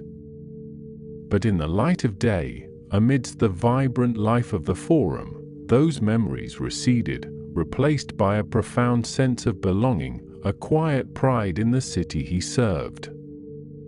His eyes, sharp despite his years, caught a glimpse of a young woman, her dark hair dusted with flour, navigating the crowds with a large basket on her hip. She moved with an energetic grace, her eyes wide with curiosity as she gazed at the monumental structures around her. Lucius smiled faintly. He recognized the look in her eyes, the same spark of wonder he had seen in countless young Romans, a testament to the enduring power and allure of their city. He imagined her, a baker's apprentice from the Suburra, venturing into the heart of Rome, her young mind absorbing the grandeur and history that surrounded her. It was a reminder that Rome was not just about its emperors and its legions, it was about its people, their dreams and their daily lives, their resilience and their spirit. He thought of Elia, the young Vestal Virgin, high on the Palatine Hill, her sacred duties continuing, her silent prayers interwoven with the city's pulse. He had never seen her, of course, their worlds were too far apart, but he felt her presence, a quiet, spiritual anchor for the city. He understood the weight of her responsibility, the profound significance of her role. And he understood his own role, too, humble though it might seem. He was a protector, a witness, a thread in the vast tapestry of Rome's existence. As the sun reached its zenith, casting a brilliant, almost blinding light upon the Forum, Lucius felt a deep sense of peace settle over him. The city, ancient and eternal, was a testament to human endeavor, to the enduring spirit of a people. Its grandeur was not just in its monumental architecture, but in the countless lives that intertwined within its walls, in the shared history that bound them all together. He had found his purpose in its quiet guardianship, his redemption in watching over its sleeping streets. And now, as the day fully awakened, he knew that his connection to Rome, his melancholic love and his unwavering dedication, would remain a constant, abiding presence in his heart. The city, majestic and vibrant, continued its eternal dance between past and present, its silent stories whispering through the ages, waiting for those who would listen, for those who would protect its enduring flame. The golden light of the midday sun now bathed the forum in a brilliant, almost theatrical glow, highlighting every intricate detail of its ancient architecture. From her secluded balcony on the Palatine, Elia watched the vibrant spectacle unfold below, a silent observer of Rome's ceaseless energy. The air, now warm and fragrant with the scent of cypress and sun-baked stone, carried the distant, muffled roar of the Colosseum, a sound that resonated deep within her.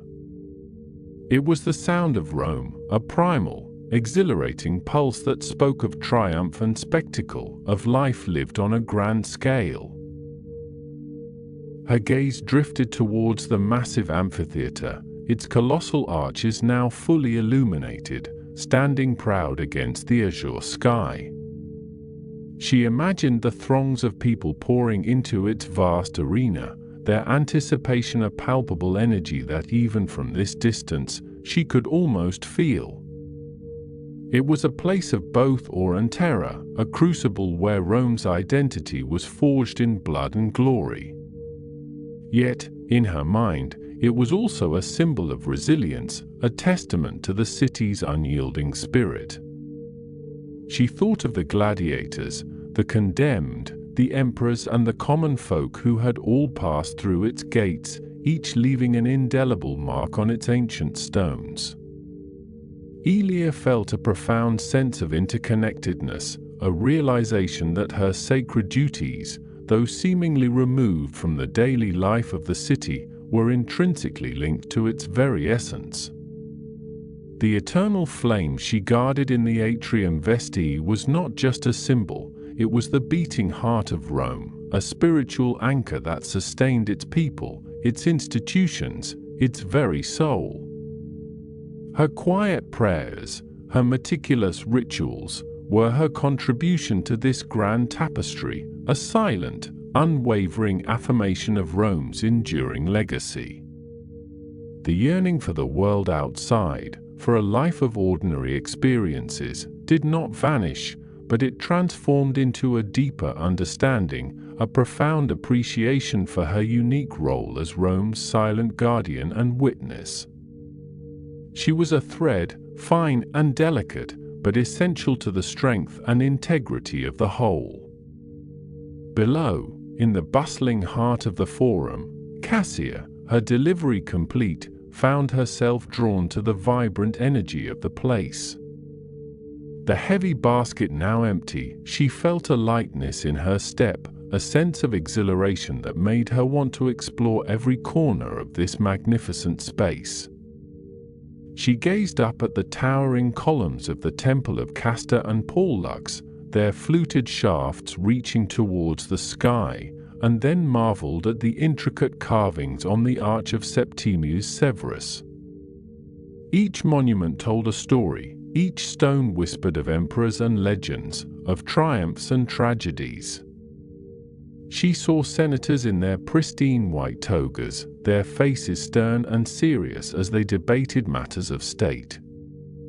She saw wealthy matrons, their hair elaborately styled, their silk stolas rustling as they glided through the crowds, accompanied by their slaves. She saw soldiers, their armor gleaming, their disciplined formations a testament to Rome's military might. And she saw people like herself, common folk from the Subura, from the Esquiline, from all corners of the city, drawn to the forum for its commerce, its gossip, its sheer vitality. Cassia felt a surge of pride, a deep sense of belonging.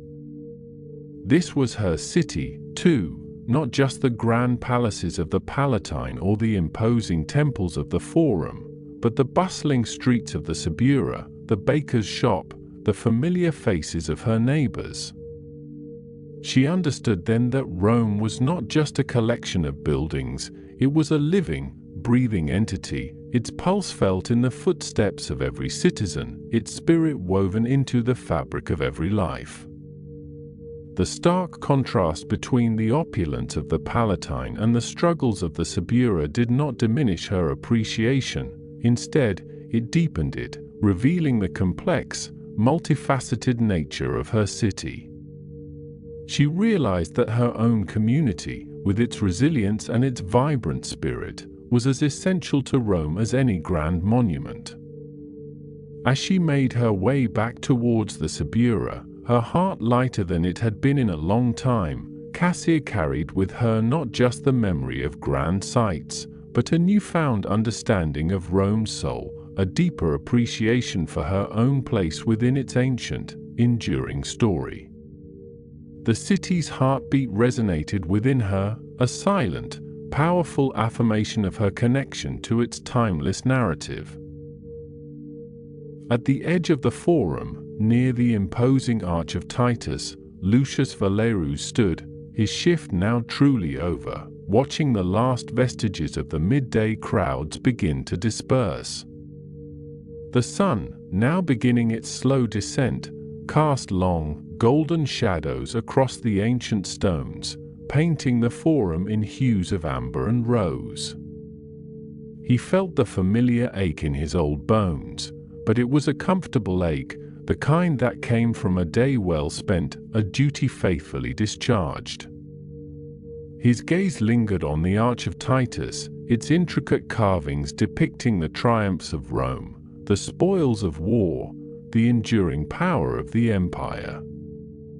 He had fought in those wars, had witnessed those triumphs, and had felt the weight of that power. His face, etched with the campaigns of distant lands, held a quiet wisdom, a deep understanding of Rome's complex nature. He had seen its glory and its brutality, its triumphs and its follies, and through it all, his love for the city had remained steadfast, a constant, unwavering presence in his heart. He thought of the countless lives that intertwined within Rome's ancient walls, from the Vestal Virgin on the Palatine, guarding the sacred flame, to the baker's apprentice in the Subura, dreaming of grand adventures. He, the retired legionary, the night watchman, was a part of that intricate web, a silent guardian of its peace, a witness to its ceaseless rhythm. He had found solace in the quiet guardianship of Rome's streets, his memories of war and loss finding redemption in the enduring spirit of the city. His arc had culminated in a renewed sense of belonging, a profound peace amidst the ancient stones. As the sun dipped lower, casting the Colosseum in a dramatic, fiery glow, Lucius felt a surge of profound wonder.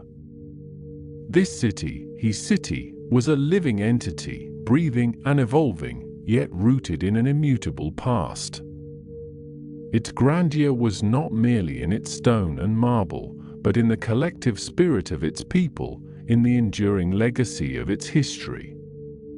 He, Lucius, the old soldier, was a protector of that spirit, a keeper of the peace that allowed Rome to flourish.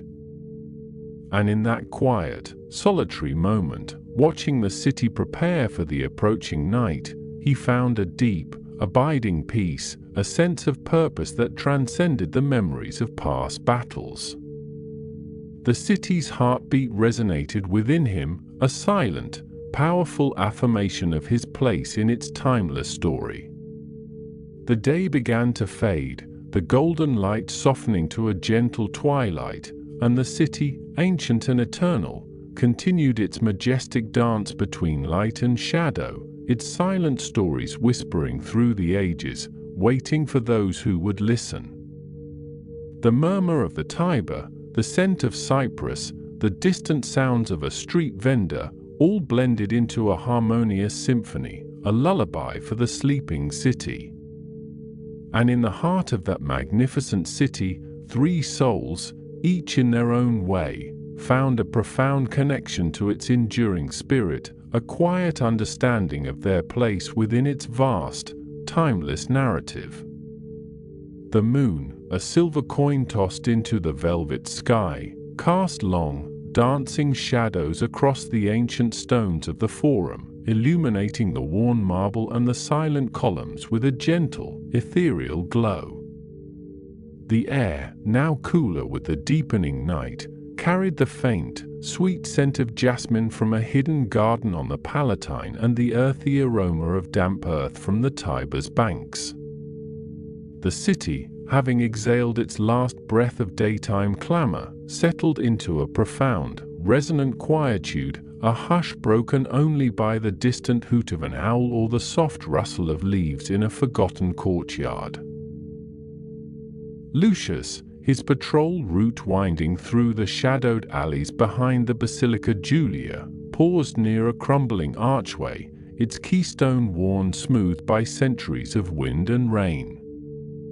He leaned against the cool stone, the familiar weight of his short sword at his hip a comforting presence, though its purpose had shifted from battle to guardianship. His gaze drifted across the Forum, a vast, open wound in the heart of Rome, now bathed in moonlight, its ruins speaking volumes of forgotten triumphs and enduring legacies. He saw the rostra, where countless orators had swayed the masses, now a silent stage for spectral speeches. He saw the Temple of Saturn, its 8 remaining columns standing like sentinels against the night sky, bearing witness to the passage of empires and the fleeting nature of human ambition. A sigh, deep and involuntary, escaped his lips, carrying with it the faint scent of old leather and wood smoke that clung to his tunic. His mind, often a battlefield of memories, softened in the tranquil expanse of the night. He remembered the roar of the Colosseum, the clash of steel, the collective gasp of thousands as a gladiator fell. He remembered the vibrant chaos of the Subura, the cries of vendors, the laughter spilling from taverns, the endless stream of humanity weaving through its narrow lanes. These were the sounds of Rome, the heartbeat of the city he had sworn to protect, first with his life on distant battlefields, and now with his quiet vigilance. He closed his eyes for a moment, allowing the cool night air to caress his weathered face, tracing the lines etched by sun and sorrow.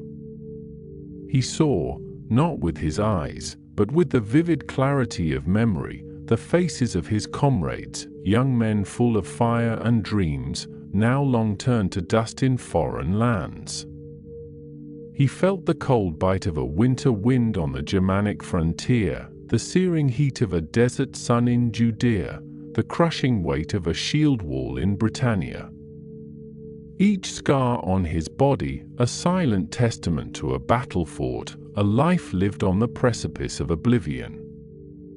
Yet, in the quiet embrace of this Roman night, those memories, once sharp and painful, now felt distant, softened by the passage of time and the profound sense of peace that enveloped him.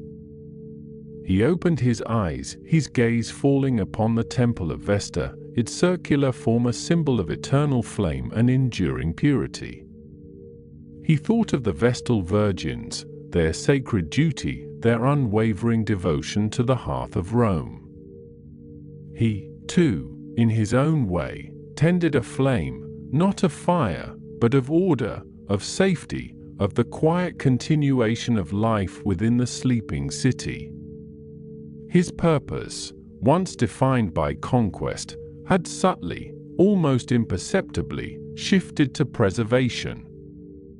He was no longer a warrior of expansion, but a guardian of what remained, a quiet custodian of Rome's ancient heart. The weight of history, once a heavy burden of expectation and sacrifice, now felt like a comforting cloak, connecting him to generations of Romans who had walked these very stones, who had loved and lost and built and dreamed beneath the same vast, indifferent sky.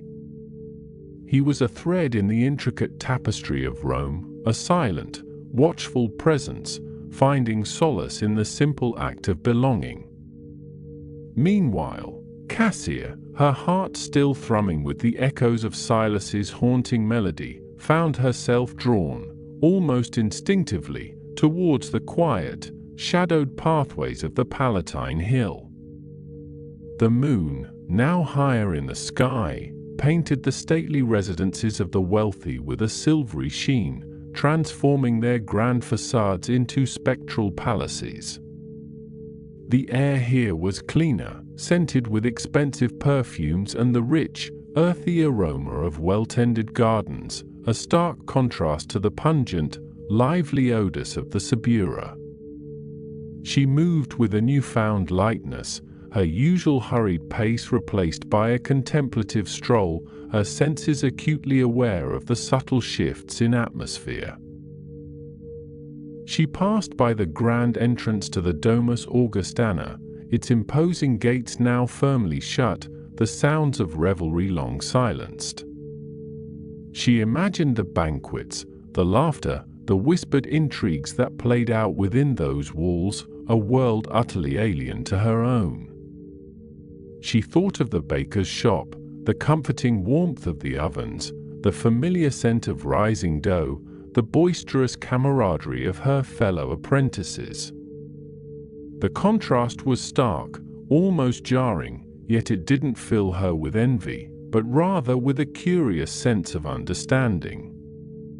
Her earlier fascination with the grandeur of Rome, the desire to escape the confines of her familiar life, had begun to temper. She had seen the opulence, yes, but she had also felt the quiet dignity of the Forum in the moonlight, had heard the soulful music that spoke of universal human experiences, regardless of social standing. The city, she realized, was not just its grand monuments or its powerful citizens, it was also the countless small lives that pulsed within its veins, the bakers, the musicians, the watchmen, each contributing their own unique thread to its complex fabric. She found herself standing near a low stone wall, overlooking the Circus Maximus, a vast, empty expanse now sleeping beneath the moon. She could almost hear the roar of the crowd, the thunder of hooves, the shouts of the charioteers. It was a place of immense public spectacle, a stage for the collective passions of Rome. Yet, in its current stillness, it felt strangely intimate, a place where private dreams and hopes had been carried on the wind. Cassia leaned against the cool stone, her fingers tracing the rough texture, a faint dusting of flour still clinging to her nails. She thought of her own dreams, once so nebulous, so focused on escaping.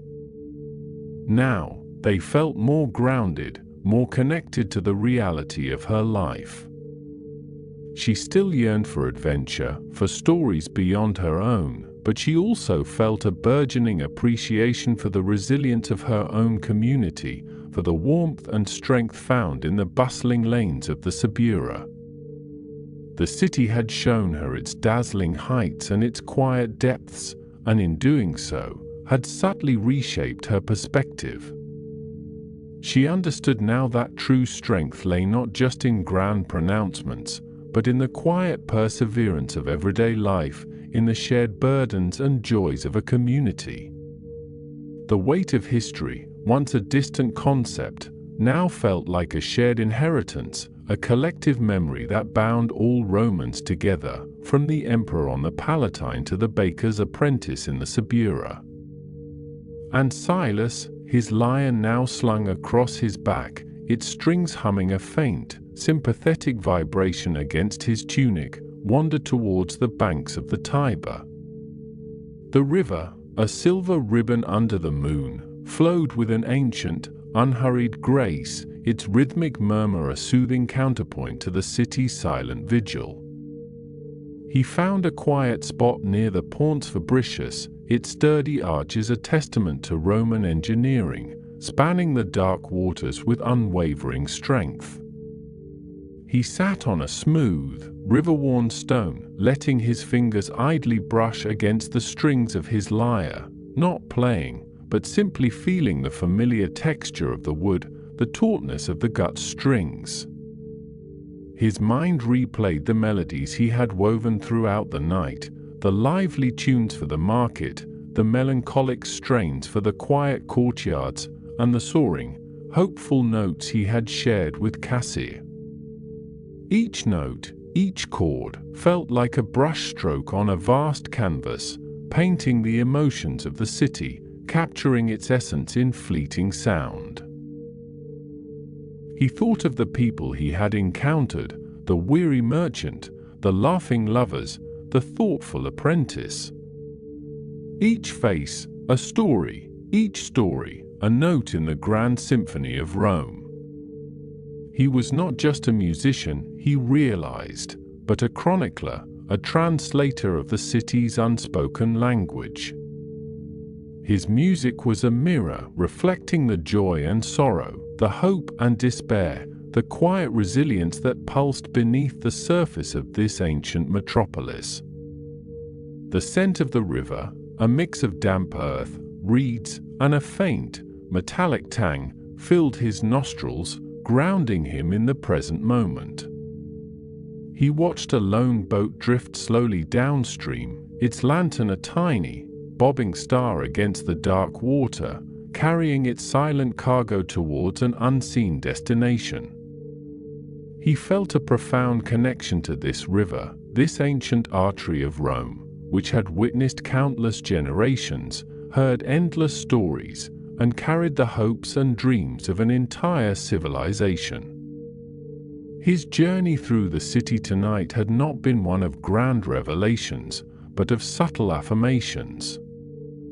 He had sought to capture Rome's essence, and in doing so, he had found his own place within its vast, intricate design. He was a voice, a conduit for its soul, transforming its sights and sounds into melodies that resonated with the human heart. The weight of history, for Silas, was not a burden, but an inspiration, a rich tapestry of human experience from which he could draw endless inspiration. His music was not just entertainment, it was a conversation with the past, a celebration of the present, and a hopeful echo for the future. He felt a deep sense of contentment, a quiet fulfillment in his role as the city's musical chronicler. As the moon began its slow descent towards the western horizon, casting longer, softer shadows, the city seemed to settle even deeper into its slumber. The distant murmur of the Tiber, the faint scent of cypress, the almost imperceptible rustle of leaves, all blended into a harmonious lullaby. Lucius, having completed his final rounds, found himself gazing at the sleeping city from the vantage point of the Capitoline Hill, its temples and monuments rising like silent prayers against the fading night. He felt a profound sense of peace, a quiet understanding of his place within the vast, timeless narrative of Rome. The scars on his body, the memories of war, no longer defined him. He was Lucius, the guardian, the silent protector of this enduring city, and in that, he found his purpose, his redemption, his belonging. Cassia, making her way back towards the familiar, comforting labyrinth of the Subura, felt a newfound appreciation for the flickering oil lamps that illuminated her path, for the familiar scent of baking bread that now drifted from a nearby shop, a promise of the coming day. Her dreams, once restless and yearning for escape, now felt rooted, enriched by the understanding that true adventure lay not just in distant lands, but in the vibrant, complex tapestry of her own city, in the resilience and spirit of its people. She was Cassia, the apprentice, the observer, and in the quiet strength of her community, she found a deeper sense of home. Silas, his lion now resting gently beside him, closed his eyes by the river's edge, the cool breeze a gentle caress on his face. He listened to the soft lapping of the water against the bank, the distant call of a night bird, the subtle hum of the sleeping city. He had found the melody of Rome, not in one grand symphony, but in the countless small notes of individual lives, in the enduring spirit that flowed through its ancient stones and its vibrant people. He was Silas, the musician, the weaver of dreams and emotions, and in the profound connection he felt to the city's soul, he found his voice, his purpose, his endless inspiration. The city, having revealed its nocturnal heart to these three souls, continued its majestic dance between light and shadow, its silent stories whispering through the ages, waiting for those who would listen. The murmur of the Tiber, the scent of cypress, the distant sounds of a street vendor, all blended into a harmonious symphony, a lullaby for the sleeping city. And in the heart of that magnificent city, three souls, each in their own way, found a profound connection to its enduring spirit, a quiet understanding of their place within its vast, timeless narrative, ready to embrace the dawn with a renewed sense of purpose and a deeper appreciation for the quiet resilience that pulsed within the heart of Rome. The soft, rhythmic murmur of the Tiber River, a timeless lullaby, seemed to deepen as the moon climbed higher, casting long, ethereal shadows across the sleeping city. The scent of cypress trees, mingling with the faint aroma of wood smoke and stale wine, drifted on the cool night air, a fragrant tapestry woven through the ancient stones. A distant, muffled call of a street vendor, perhaps a late-night baker or a seller of fresh water, carried on the breeze, a final, fading echo of the day's bustling life. In that magnificent city, three souls, each in their own distinct way, had found a profound connection to its enduring spirit, a quiet understanding of their place within its vast, timeless narrative, ready to embrace the dawn with a renewed sense of purpose and a deeper appreciation for the quiet resilience that pulsed within the very heart of Rome. Eia, her white stole a pale whisper against the darker hues of the Palatine, began her slow descent from the heights of the hill, her sandals making barely a sound on the worn flagstones. The air, crisp and cool, brushed against her cheeks, carrying with it the faint, earthy smell of damp soil from the Palatine gardens and the metallic tang of the distant Tiber. Her mind, still alight with the vibrant tapestry of the city she had just observed, felt both expanded and settled, a quiet understanding blooming within her. She had seen the grandeur, the ambition, the stark contrasts, and the quiet dignity of Rome's nocturnal heart, and in doing so, she had glimpsed a deeper truth about her own existence within its sacred walls.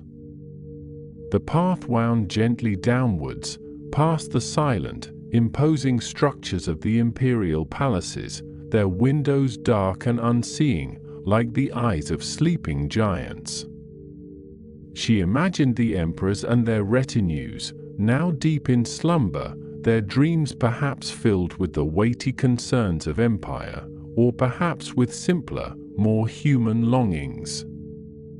Elia felt a kinship with them in that moment, for even in their supreme power, they were bound by the same invisible threads of fate and duty that wove through her own life.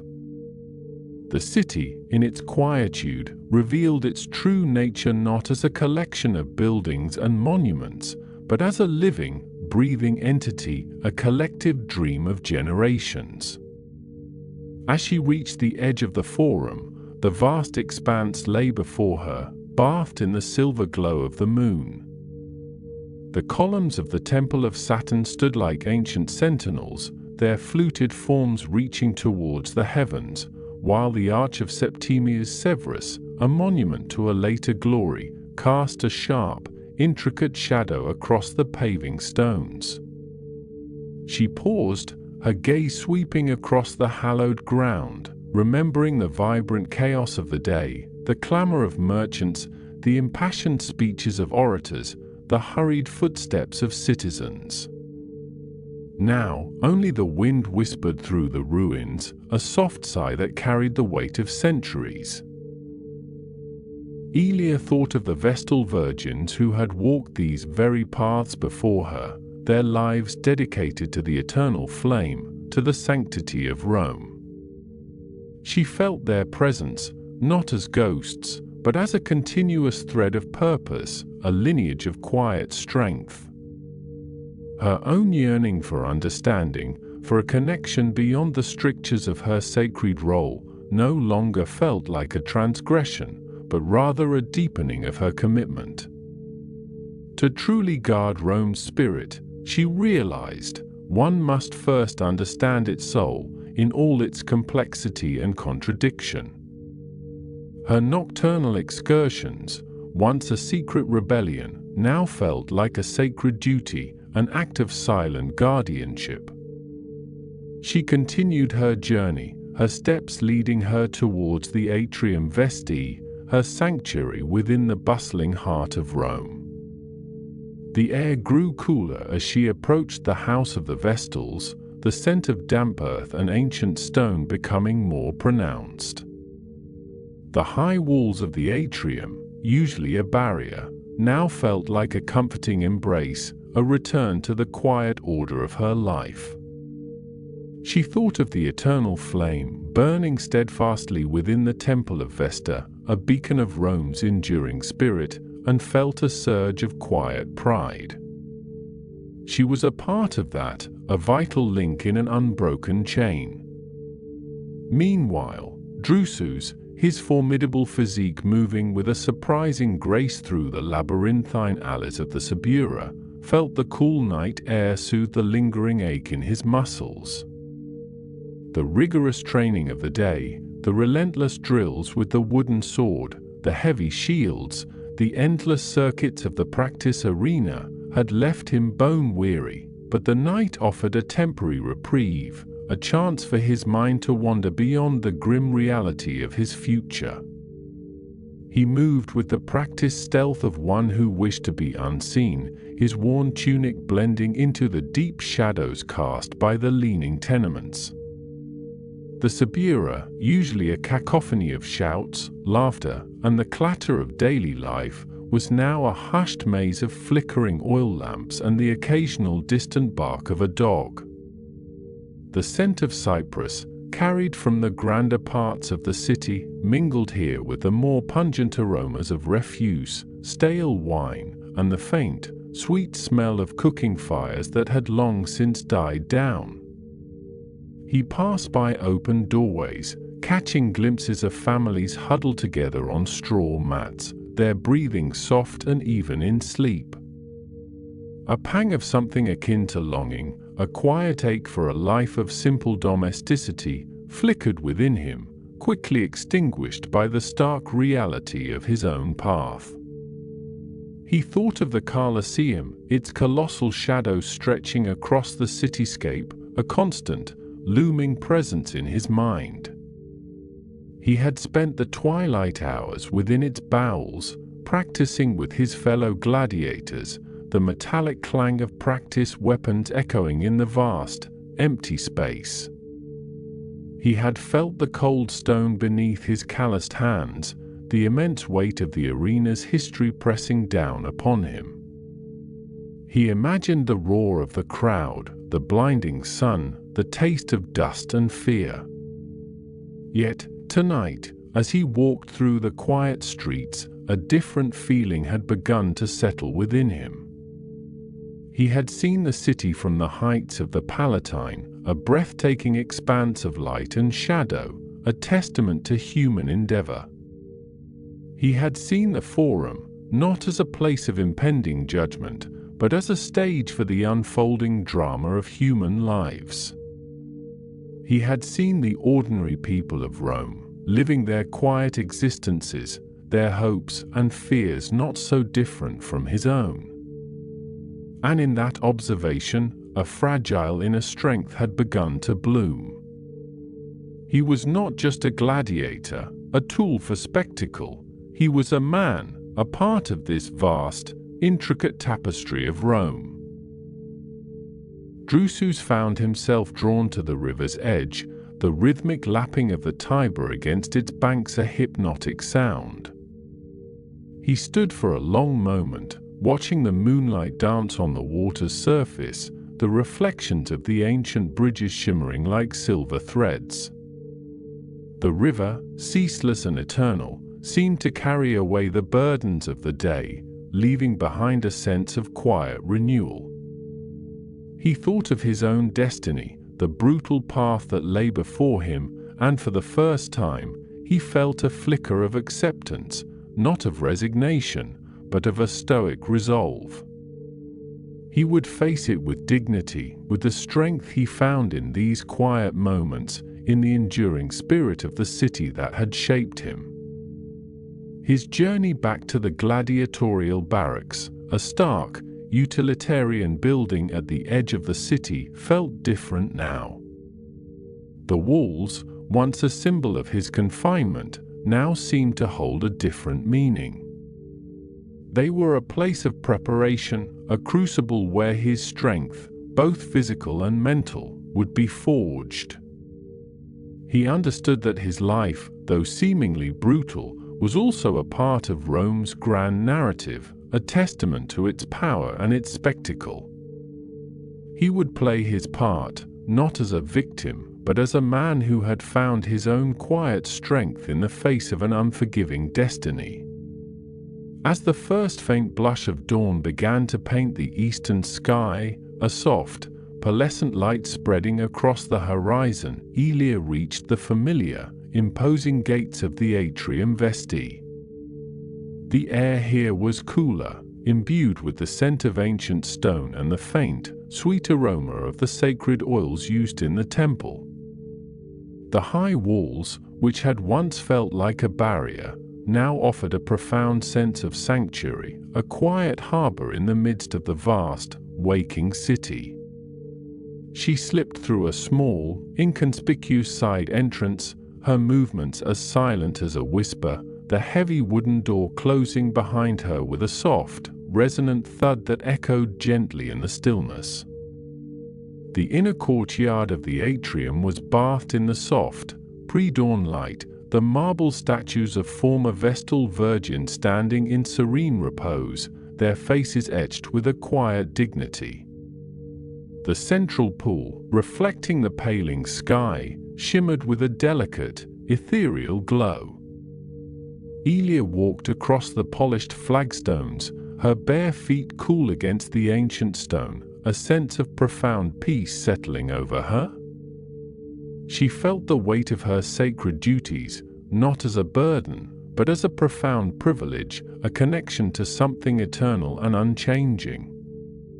Her nocturnal observations, her glimpses into the soul of Rome, had not diminished her commitment but deepened it, imbuing her role with a richer, more personal meaning. She was not merely a guardian of the flame, she was a silent witness to the city's heart, a keeper of its quiet truths. She ascended the marble stairs to her small, unadorned cell, the air within cool and still. The simple cot, the small wooden chest, the single oil lamp, all spoke of a life dedicated to austerity and spiritual devotion. She sat for a moment on the edge of her cot, her gaze drawn to the narrow window, through which she could see a sliver of the awakening sky, a promise of the new day. The city would soon stir, its vibrant life resuming, but for now, in this quiet sanctuary, Elia felt an unwavering sense of purpose, a deep and abiding connection to the enduring spirit of Rome. She closed her eyes, the images of the moonlit Colosseum, the silent Forum, the flickering lamps of the Subura, all coalescing into a harmonious whole within her mind, a profound understanding of her place within the vast, timeless narrative of the city. In the gladiatorial barracks, a similar quiet resolve settled over Drusus. He lay on his rough straw mat, the sounds of his fellow trainees' heavy breathing filling the dormitory. The first faint light of dawn seeped through the small, high windows, painting the rough stone walls with a pale, grey hue. He felt the familiar aches in his muscles, the lingering fatigue from the day's arduous training, but tonight, those sensations were accompanied by a different kind of quiet strength. He had walked through the city's shadows, observed its quiet life, and in doing so, had found a deeper understanding of his own place within its grand, complex design. He thought of the imposing grandeur of the Colosseum, the place where his destiny awaited, and for the first time, the fear that usually gripped him was tempered by a quiet, stoic resolve. He was not just a gladiator, a pawn in a brutal spectacle. He was a man, a part of Rome, bound by its history and its future.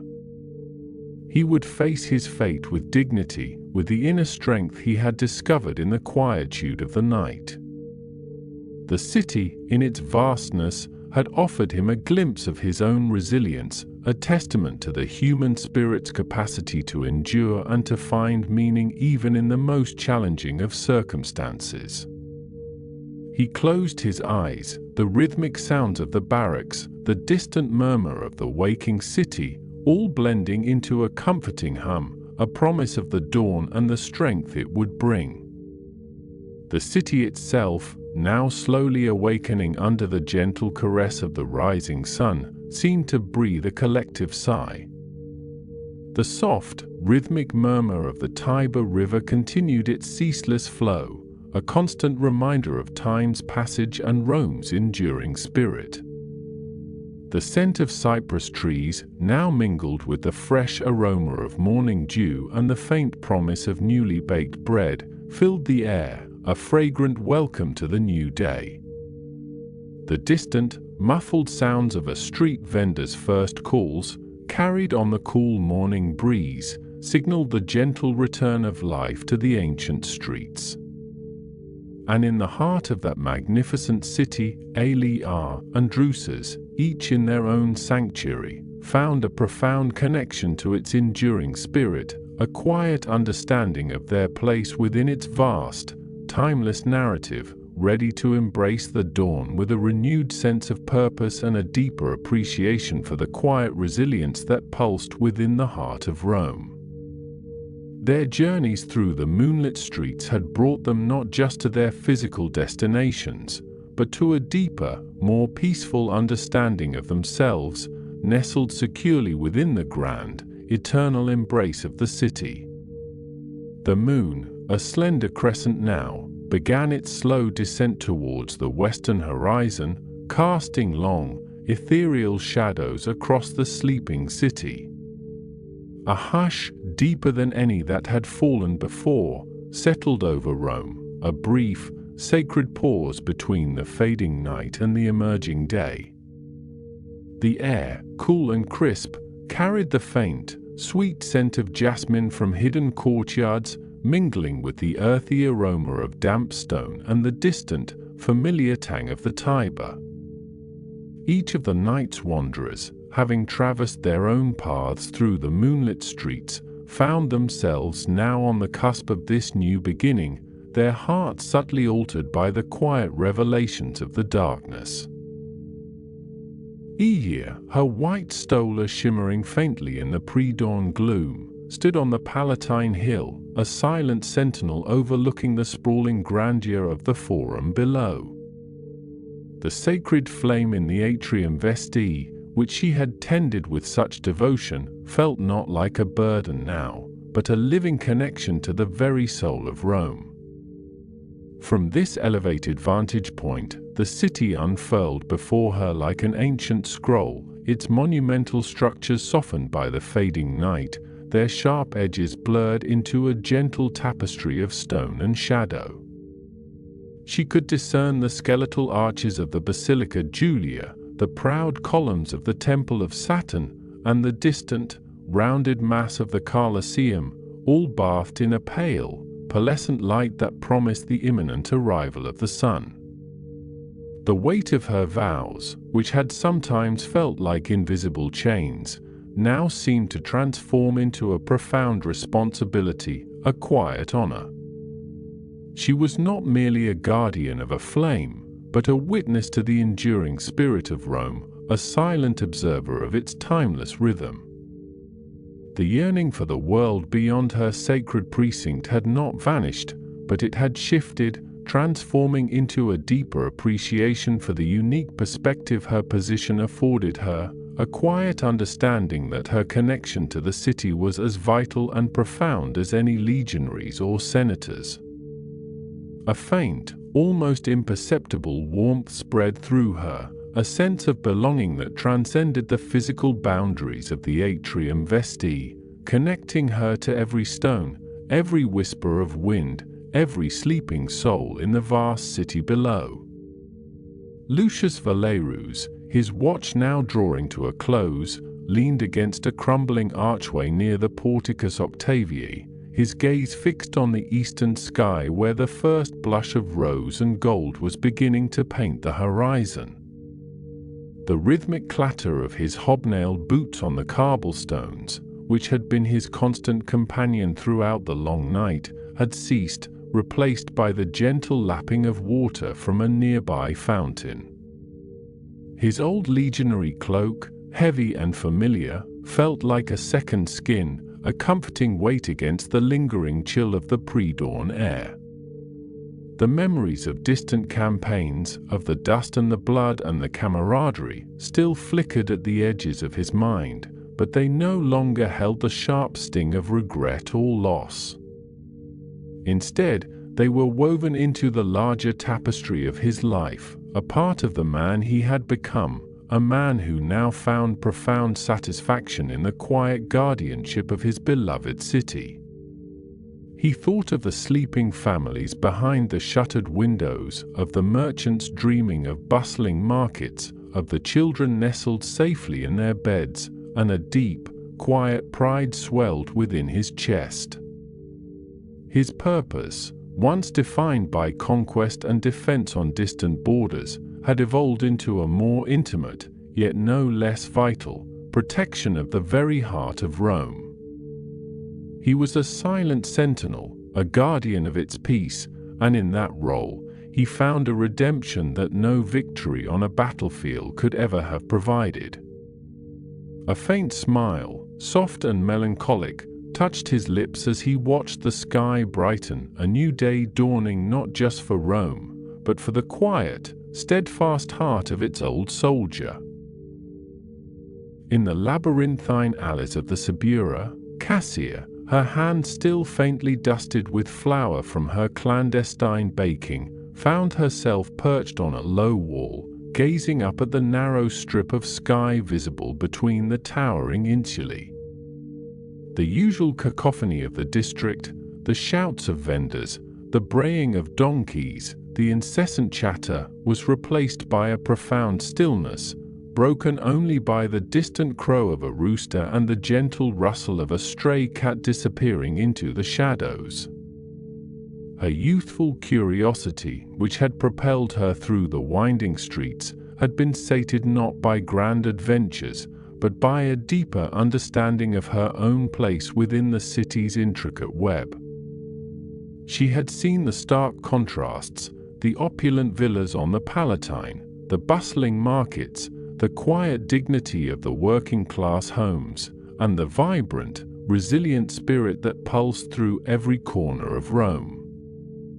The whispered stories of the Forum, which had once seemed so distant and grand, now felt connected to the everyday lives she witnessed, the struggles and triumphs of her own community. Her dreams of a life beyond the baker's shop had not diminished, but they had gained a new dimension, a recognition that true adventure lay not just in exploring new places, but in understanding the rich tapestry of human experience that unfolded within the familiar.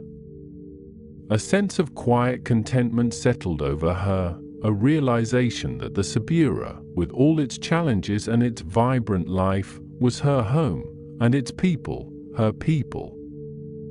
She felt a surge of affection for the resilience she saw all around her, a deep appreciation for the strength that allowed life to flourish even in the narrowest, darkest corners of the city. Silas, his lyre resting gently beside him, sat on the cold stone steps of the temple of Castor and Pollux, his fingers idly tracing the worn carvings on its base. The Forum, usually a bustling hub of activity, lay before him in a state of profound peace, its ancient stones absorbing the nascent light of dawn.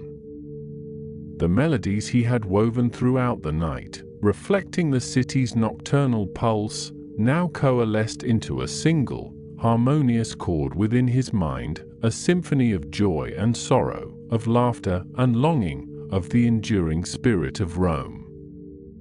He had sought to capture the city's essence in his music, and in the quiet hours before dawn, he felt he had come closer than ever before. The diverse lives he had encountered, the fleeting moments of connection, the shared humanity, all found their echo in the strings of his lyre. He was not just a musician, but a chronicler, a storyteller, a voice for the silent rhythms of the city. His journey had been one of artistic expression, yes, but also one of profound connection, a weaving together of individual narratives into a larger, more beautiful whole. He felt a deep sense of fulfillment, a quiet joy in his role as the city's musical heart, a feeling that transcended the need for applause or recognition. The first rays of the sun, now peeking over the distant hills, began to touch the highest columns of the temple, painting them in hues of gold and rose, and Silas, with a gentle smile, picked up his lyre, ready to greet the new day with a soft, hopeful melody. As the sun, a fiery orb of promise, finally crested the horizon, its golden light began to spill over the ancient city, chasing away the last vestiges of night. The Colosseum, which had stood as a dark, imposing silhouette, now emerged in its full, majestic glory, its arches catching the light, revealing the intricate patterns of its weathered stone. The Roman Forum, once a realm of shadows and whispers, was transformed into a landscape of vibrant gold and deep ochre, its scattered columns and crumbling temples imbued with a renewed sense of ancient power.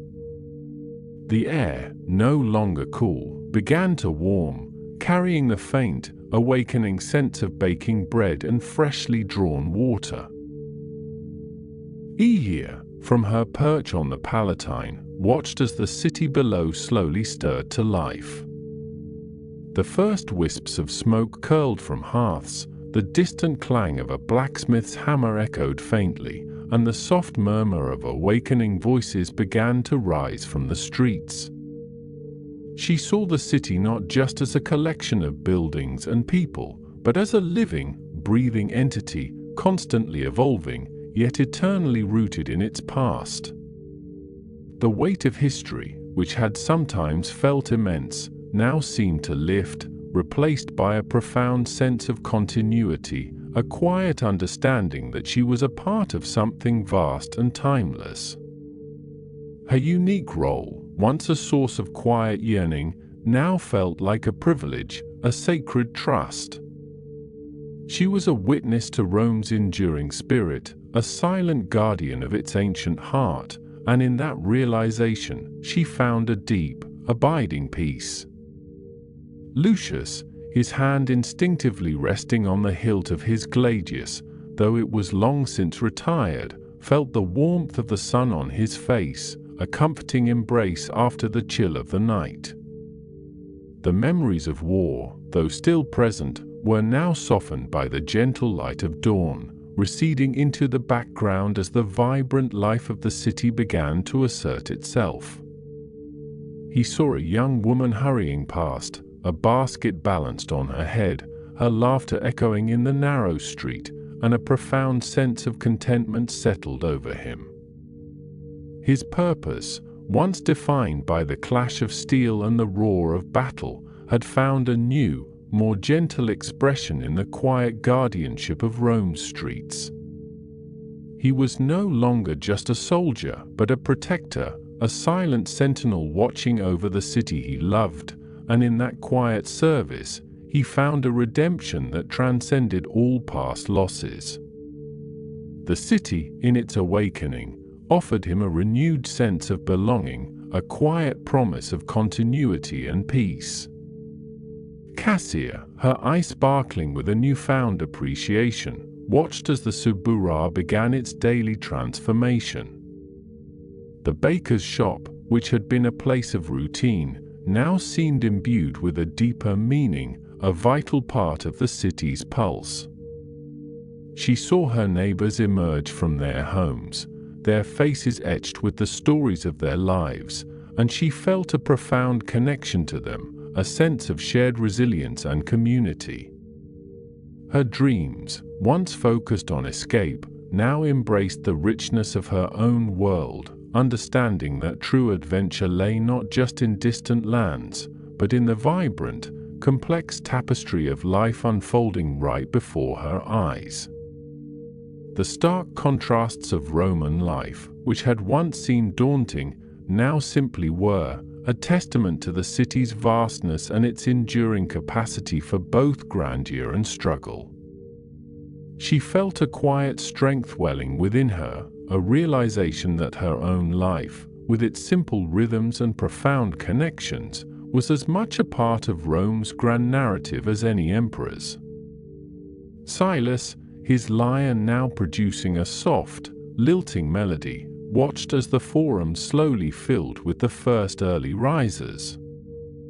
A merchant began to set up his stall, a group of senators walked past, their voices hushed in conversation, and a child chased a pigeon across the ancient paving stones. His music, which had been a solitary expression in the night, now became a gentle invitation, a soft accompaniment to the city's awakening. He felt a deep connection to the diverse lives unfolding around him, understanding that his melodies were not just sounds, but a reflection of the shared human experience that pulsed through the heart of Rome. His journey, one of artistic expression and profound connection, had brought him to a place of quiet fulfillment, a recognition that his music was a vital thread in the city's vibrant tapestry. He was Rome's musical voice, and in the first light of dawn, his lyre sang not just for himself, but for the enduring spirit of the eternal city. As the sun climbed higher, painting the entire city in a warm, golden glow, the nocturnal wanderers, each in their own way, felt a profound sense of completion and the promise of a new day. Their journeys through the moonlit streets had brought them not just to their physical destinations, but to a deeper, more peaceful understanding of themselves, nestled securely within the grand, eternal embrace of the city. The enduring spirit of Rome, its weight of history and legacy, its contrast between public grandeur and private lives, its search for meaning and connection, and the sheer beauty of its nocturnal heart, had all woven themselves into the fabric of their beings. They were ready to embrace the dawn with a renewed sense of purpose, a quiet resilience, and a deeper appreciation for the timeless narrative that pulsed within the heart of Rome, now bathed in the soft, hopeful light of a brand new day. The enduring spirit of Rome, its weight of history and legacy, its contrast between public grandeur and private lives, its search for meaning and connection, and the sheer beauty of its nocturnal heart, had all woven themselves into the fabric of their beings. They were ready to embrace the dawn with a renewed sense of purpose, a quiet resilience, and a deeper appreciation for the timeless narrative that pulsed within the heart of Rome, now bathed in the soft, hopeful light of a brand new day.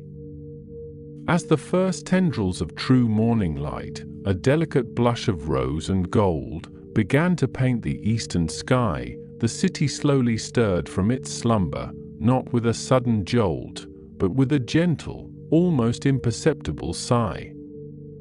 The cool night air, which had carried the faint aromas of cypress and wood smoke, now began to warm, subtly shifting to embrace the promise of a new day, carrying with it the fresh scent of dew-kissed stone and the distant, earthy perfume of market gardens beyond the city walls.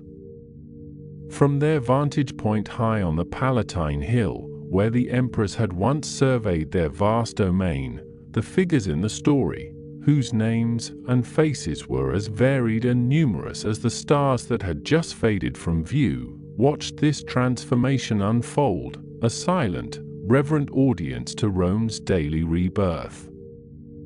The grand structures of the Forum below, which had seemed to slumber in monumental silence, now began to catch the light, their marble surfaces gleaming with a newfound brilliance, revealing the intricate carvings and weathered textures that the moonlight had merely hinted at. The rostra, where Cicero's voice had once thundered, seemed to absorb the light, its ancient stones radiating a quiet power. The Temple of Saturn, with its imposing columns, stood as a stoic sentinel, its shadow stretching long and slender across the Via Sacra, a fleeting reminder of the night just past. Each column, each archway, each crumbling pediment seemed to awaken, not just to the light, but to the weight of centuries, ready to witness another day in the life of the eternal city. Down below, in the labyrinthine alleys of the Sabio Ara, a different kind of awakening was taking place, a more human, bustling symphony of life. The first bakers were already stoking their ovens, their fires casting a warm, flickering glow onto the narrow cobblestone streets, and the rich, yeasty aroma of fresh bread began to waft upwards, mingling with the last vestiges of night's cool air. A lone cart, laden with amphorae of water, creaked its way through the awakening district, its driver humming a low, tuneless melody that spoke of long hours and simple contentment. The muffled sounds of waking families, the clatter of pottery, the soft murmur of voices, all began to rise, a gentle chorus of domesticity that formed the everyday heartbeat of Rome. A young woman, her hair still unbound from sleep, emerged onto a small balcony overlooking a courtyard, stretching languidly as she inhaled the morning air, her gaze sweeping across the rooftops that seemed to tumble down towards the Forum. She thought of the day ahead, of the tasks that awaited her, of the small joys and challenges that comprised her world, and a quiet sense of purpose settled within her, a feeling of being a small but essential thread in the vast tapestry of the city.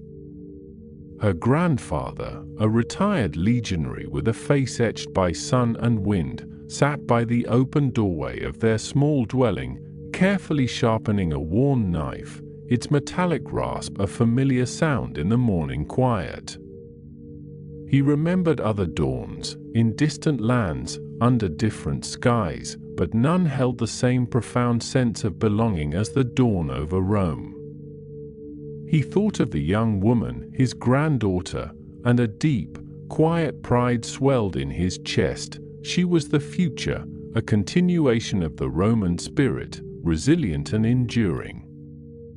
Near the Colosseum, still shrouded in the lingering shadows of its monumental arches, a group of workers began to gather, their silhouettes stark against the brightening sky, their tools clanking softly as they prepared for another day of labor. The arena, which had echoed with the roars of crowds and the clash of steel just hours before, now stood in profound silence, a testament to both grandeur and fleeting spectacle. The morning light slowly crept across its vast, weathered facade, illuminating the intricate details of its tiered arches, each one a window into a past filled with both triumph and tragedy. A solitary raven, perched high on a crumbling cornice, let out a single, resonant call, its voice echoing briefly in the immense space, a final farewell to the night. The Tiber River, which had flowed with a dark, mysterious purpose under the moon, now reflected the nascent light, its surface shimmering with 1,000 tiny diamonds, carrying whispers of distant mountains and the promise of the sea. Barges, laden with goods, began to stir at their moorings, their ropes groaning softly, their crews preparing for the day's journey, their voices low and guttural as they communicated across the water. The scent of the river, a cool, damp earthiness, mingled with the emerging city aromas, creating a complex olfactory tapestry that was uniquely Roman. On the slopes of the Palatine, where the story had begun its nocturnal journey, the air was still cool and crisp, imbued with the scent of pine and ancient stone. The figures, who had traversed the city in their minds, had now found a quiet stillness within themselves. They felt the weight of history not as a burden, but as a deep, resonant hum, a connection to all who had walked these streets before them. The grand narratives of emperors and senators, of gladiators and poets, intertwined with the simple, enduring stories of bakers and water carriers, of mothers and daughters, all contributing to the rich, multifaceted identity of Rome. The beauty of the nocturnal city, with its flickering lamps and deep shadows, had given way to the clear, sharp lines of morning, revealing the intricate details that night had softened. This transition from mystery to clarity brought with it a profound sense of peace, a feeling that all was as it should be, that the world, in its constant turning, was moving towards a gentle equilibrium. The tension that had perhaps lingered from the day's worries, the subtle anxieties that often clung to the edges of consciousness, had fully dissolved, replaced by a pervasive calm, a quiet understanding. The search for meaning and connection, a thread that had woven through the entire journey, now seemed to find its resolution not in grand pronouncements, but in the simple act of witnessing the dawn, in the quiet appreciation of life's enduring rhythm. It was in the shared humanity of the waking city, in the resilience etched into every stone and every face, in the timeless cycle of day and night, that true meaning resided. The characters, though unseen, felt a deep, unspoken connection to this ancient world, a sense of belonging that transcended time and space. As the sun finally cleared the horizon, casting its golden rays directly onto the city, the world seemed to hold its breath for a moment, bathed in a pure, unblemished light. The distant, muffled sounds of the street vendor's call, which had been carried on the cool night air, now grew a little clearer, a melodic chant of fresh figs or warm bread, a gentle invitation to embrace the day. The rhythmic murmur of the Tiber River, a constant companion throughout the night, continued its timeless flow, a soothing lullaby that underscored the city's enduring presence. The cypress trees, which had stood as dark, sentinel silhouettes against the moon, now shimmered with a vibrant green, their slender forms reaching towards the sky, their scent, mingled with the faint aroma of wood smoke and stale wine, now softened by the freshness of morning. Everything felt balanced, harmonious, settled. The journey through ancient Rome, from its moonlit grandeur to its awakening streets, had reached its natural conclusion, leaving behind a profound sense of tranquility and a lingering warmth. The world outside, with its myriad demands and complexities, seemed to recede, replaced by the serene tableau of a city at rest, yet quietly vibrant.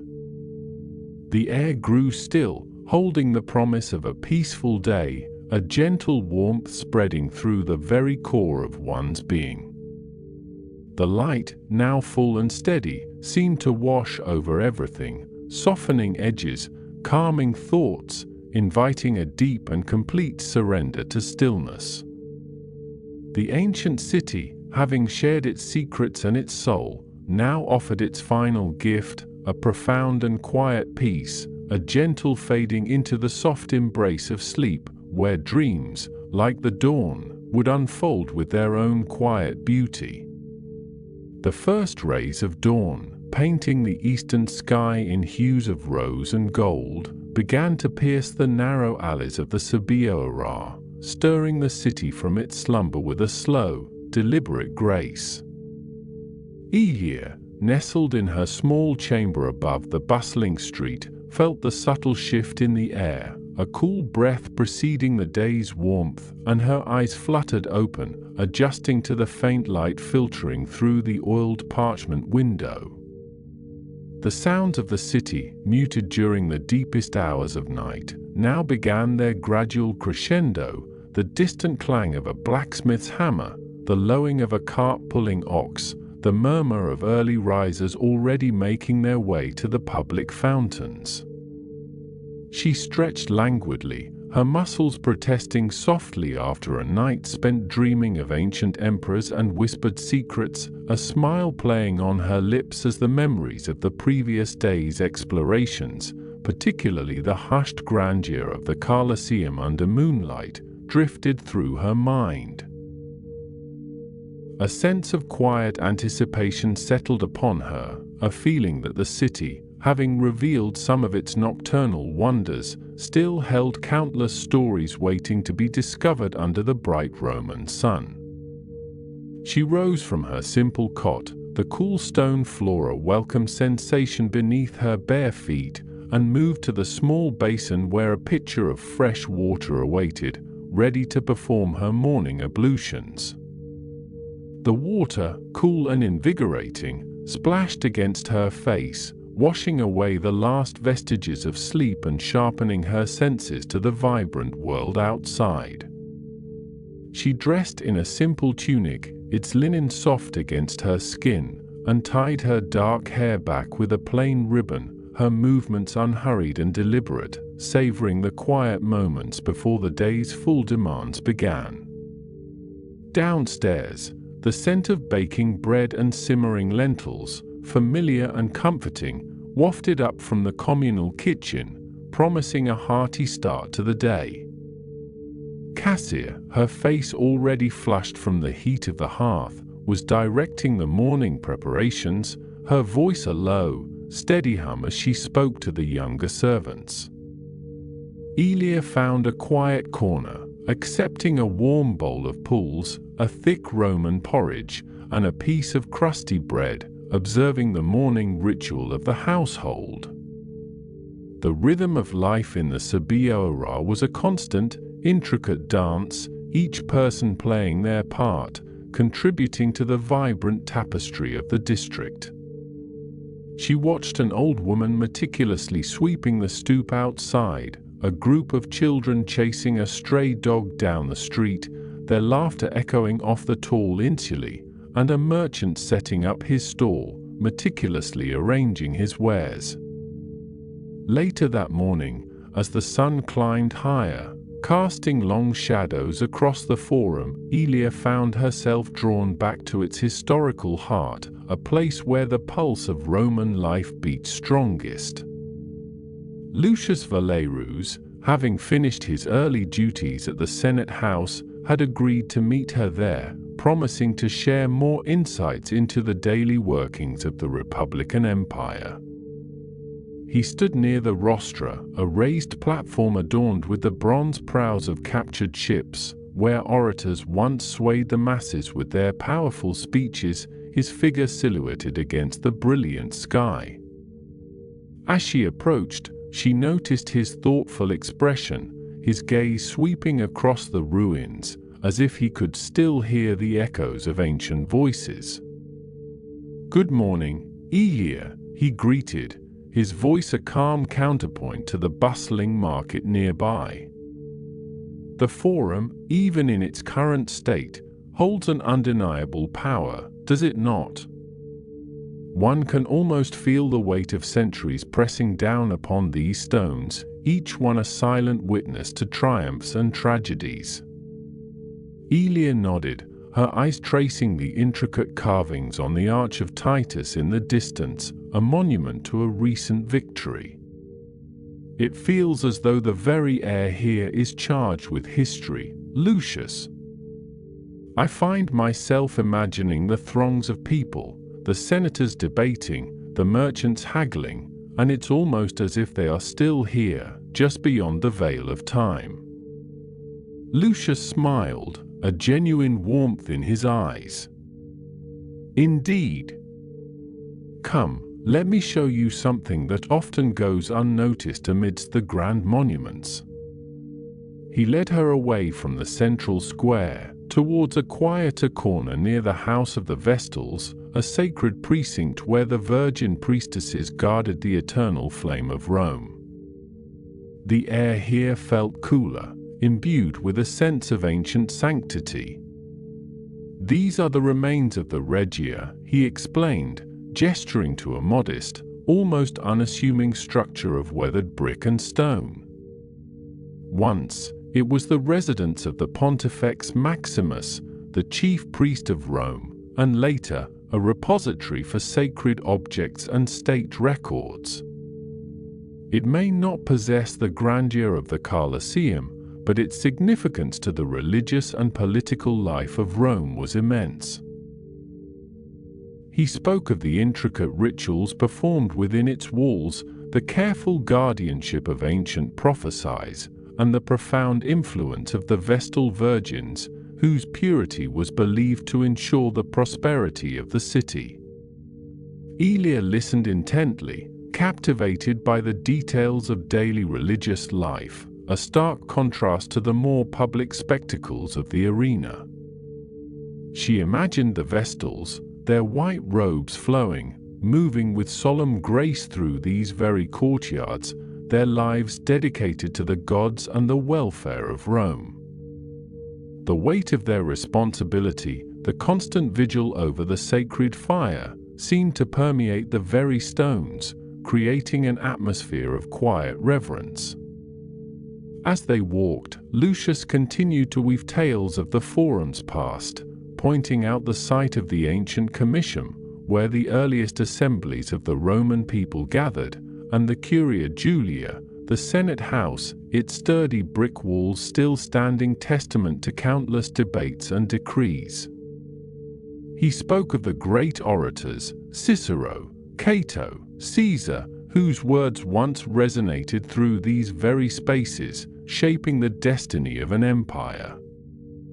His passion for history was evident in his animated gestures and the light in his eyes, making the ancient stones come alive with the echoes of their former glory.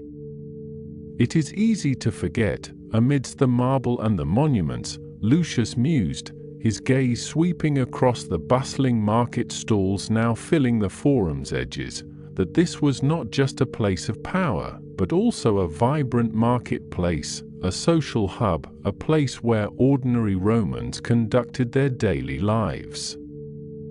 The sacred and the mundane were inextricably intertwined here.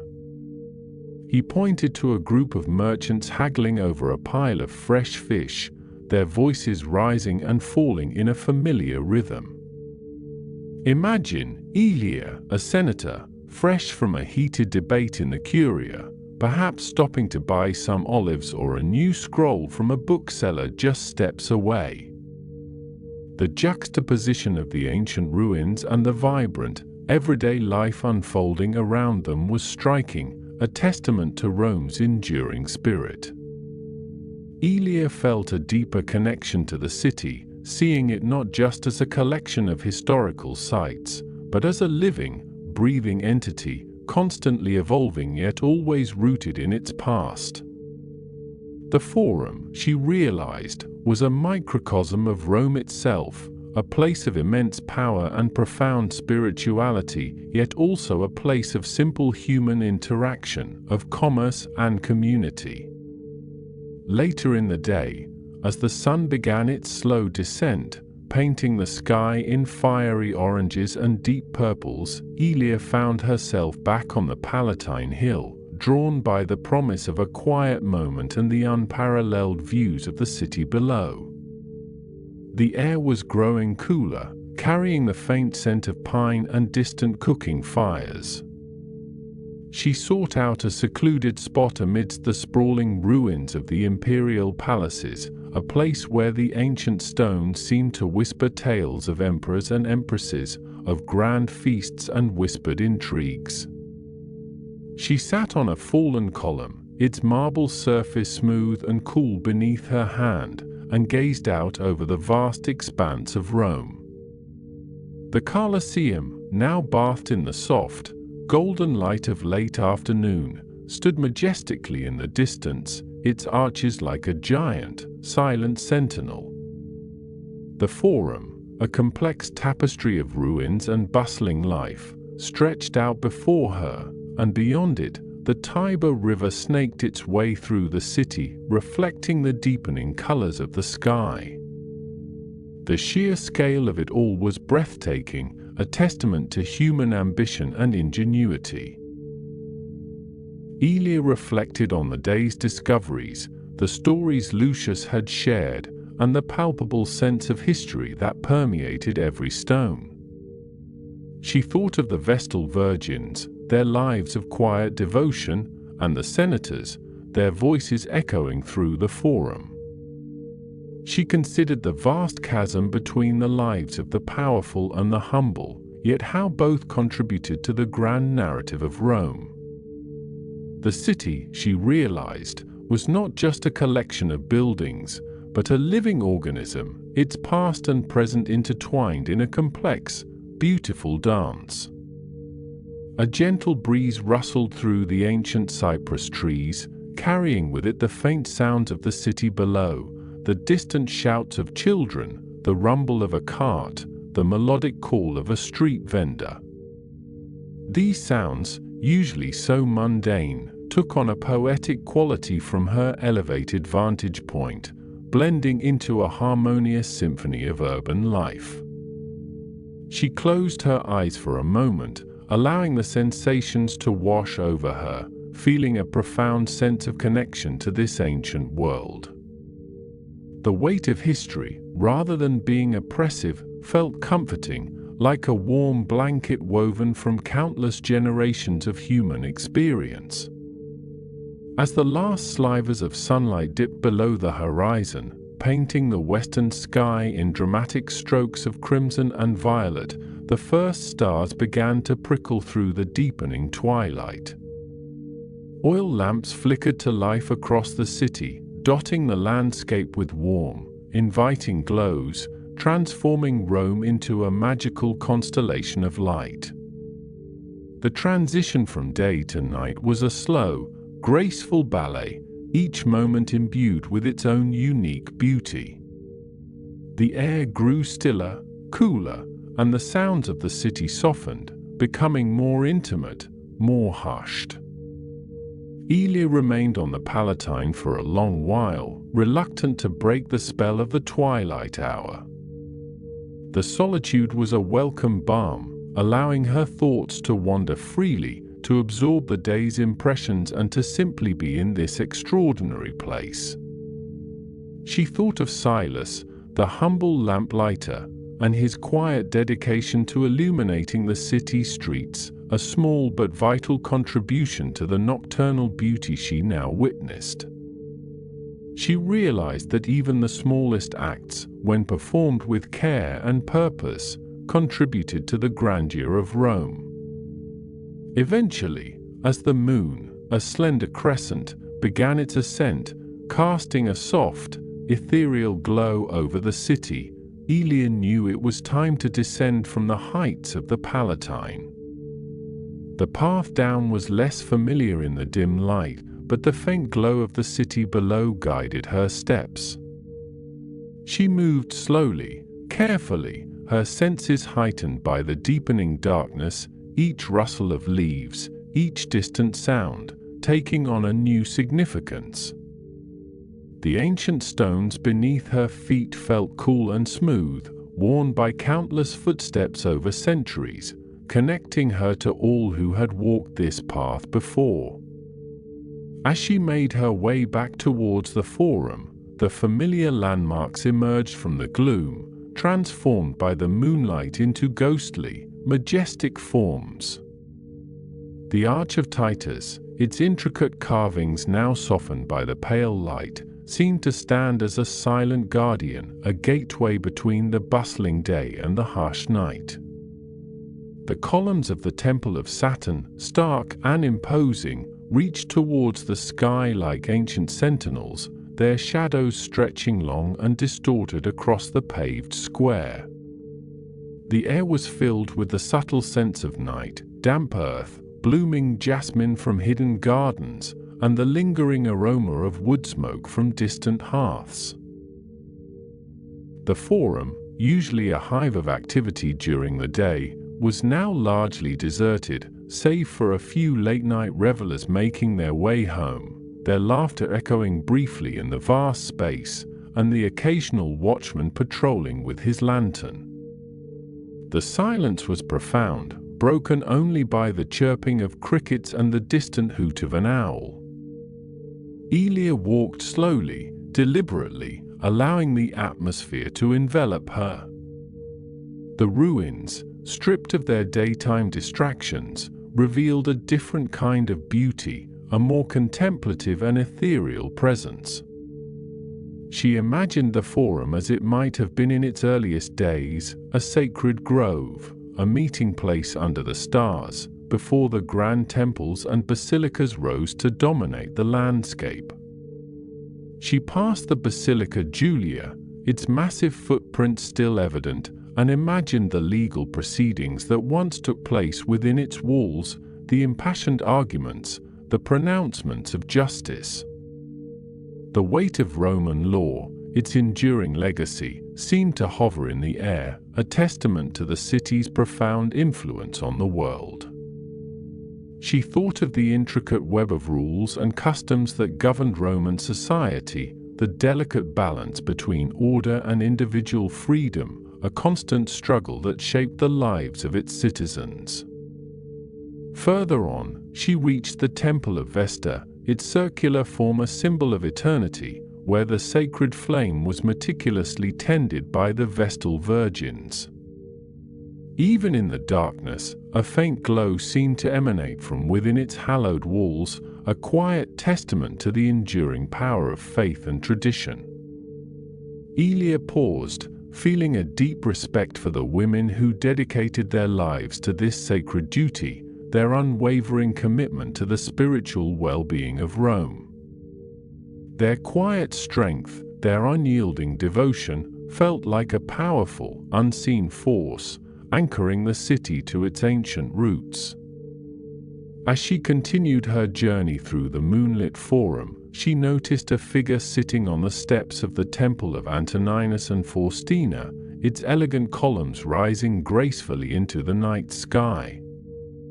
It was Senator Gaius Marcellus, his usually stern profile softened by the gentle light, his gaze fixed on the distant Capitoline hill. He seemed lost in thought, a solitary figure amidst the grandeur of the ruins, a man burdened by the weight of his responsibilities. Elia hesitated, not wishing to disturb his contemplation, but as she drew closer, he looked up, his eyes meeting hers with a flicker of recognition. "Elia," he said, his voice a low rumble, surprisingly gentle. "You are out late, enjoying the quiet majesty of the Forum, I presume." "Indeed, Senator," she replied, a slight bow of her head. "The city reveals a different soul under the moon, does it not?" Gaius Marcellus nodded slowly, a thoughtful expression on his face. "It does. It reminds us that even the greatest empires, the most powerful men, are but fleeting shadows against the backdrop of eternity. These stones have witnessed countless generations, countless ambitions, and they will remain long after we are dust. He gestured with a hand towards the vast expanse of ruins. Sometimes, in the quiet of the night, I come here to reflect, to remember the men who built this city, who shaped its laws, who fought for its future. It helps to put things into perspective, to remind me of the true weight of our duty. His words carried a profound resonance, revealing a depth of character that Elia had not fully perceived in their earlier, more formal interactions. She saw not just the powerful senator, but a man grappling with the immense legacy he was bound to uphold, a man seeking wisdom from the silent witnesses of the past. The contrast between his public persona and this private moment of introspection was striking, adding another layer of complexity to her understanding of Roman society. The burden of legacy must be immense, Senator, Elia offered, her voice soft, respectful. He sighed, a sound that seemed to carry the weight of centuries. It is, Elia. Every decision we make in the Senate, every law we pass, every military campaign we sanction, echoes through time. We are merely custodians of something far greater than ourselves, and the responsibility can be daunting. One strives for wisdom, for justice, for the enduring prosperity of Rome, but the path is rarely clear, and the consequences of error can be catastrophic. He paused, his gaze returning to the Capitoline. But then, one looks upon these ruins, upon the enduring spirit of this city, and finds a renewed sense of purpose. Rome has faced countless challenges, countless threats, and yet it endures. There is a resilience here, a strength that transcends individual lives, and that, Elia, is what gives us hope. His words hung in the cool night air, imbued with a quiet power. Elia felt a surge of admiration for the senator, recognizing the profound commitment that drove him, the deep love he held for his city. It was a love born not of blind patriotism, but of a clear-eyed understanding of Rome's strengths and vulnerabilities, its triumphs and its flaws. "Thank you, Senator," she said, genuinely moved. "Your words offer a valuable perspective." He offered her a small, almost imperceptible smile. "Perhaps we all seek perspective in the quiet hours, Elia. Good night. May your dreams be as profound as the city itself." With a nod, he rose and slowly made his way towards the Capitoline, his figure disappearing into the shadows, leaving Elia once again alone in the vast, moonlit forum. The encounter left a lasting impression, a deeper appreciation for the human element behind the grand facade of power.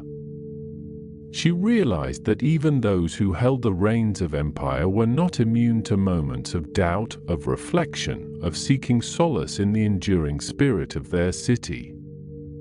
Continuing her journey, Elia finally emerged from the forum, making her way through the labyrinthine streets of the Suburra, now a symphony of hushed sounds and flickering lights.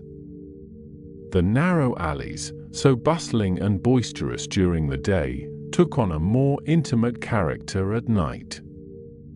The scent of cooking fires mingled with the earthy smell of damp stone, and the occasional burst of laughter or distant strains of music drifted from unseen taverns.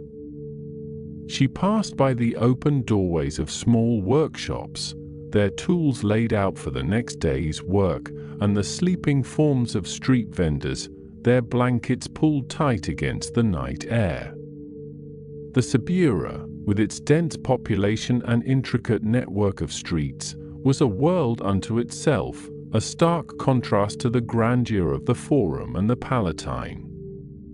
Yet it possessed its own unique charm, a vibrant, resilient energy that pulsed beneath the surface of the city. Here, the lives of ordinary Romans unfolded, their joys and sorrows, their struggles and triumphs, woven into the very fabric of the district. Elia felt a deep sense of belonging, a quiet comfort in the anonymity of the crowd, yet also a connection to the individual stories playing out in each illuminated window. She thought of Drusus, the young street performer, and his infectious enthusiasm, and Silas, the dedicated lamplighter, and his quiet dignity.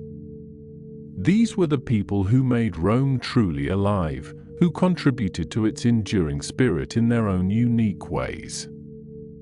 The city was not just its emperors and senators, its temples and arenas, but also its artisans and merchants, its families and its children, all bound together by the shared experience of Roman life.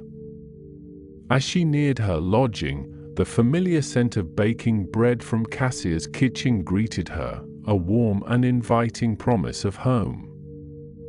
The sounds of the household were now muted, most having retired for the night, but a single oil lamp still glowed in the communal area, casting a soft, welcoming light.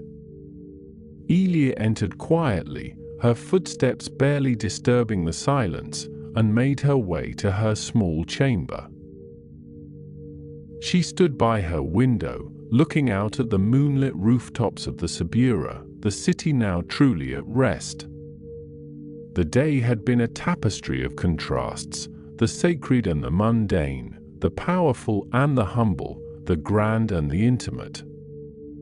She had witnessed the enduring spirit of Rome in its ancient stones, in the wisdom of its leaders, and in the resilience of its people. The city had revealed more of its soul, its complexity, its profound beauty. A deep sense of peace settled over her, a quiet contentment that permeated her very being. The day's journey, filled with discovery and reflection, had reached its gentle conclusion, leaving behind a profound sense of tranquility and a lingering warmth. The world outside, with its myriad demands and complexities, seemed to recede, replaced by the serene tableau of a city at rest, yet quietly vibrant. The air grew still, holding the promise of a peaceful day, a gentle warmth spreading through the very core of one's being. The light, now full and steady, seemed to wash over everything, softening edges, calming thoughts, inviting a deep and complete surrender to stillness.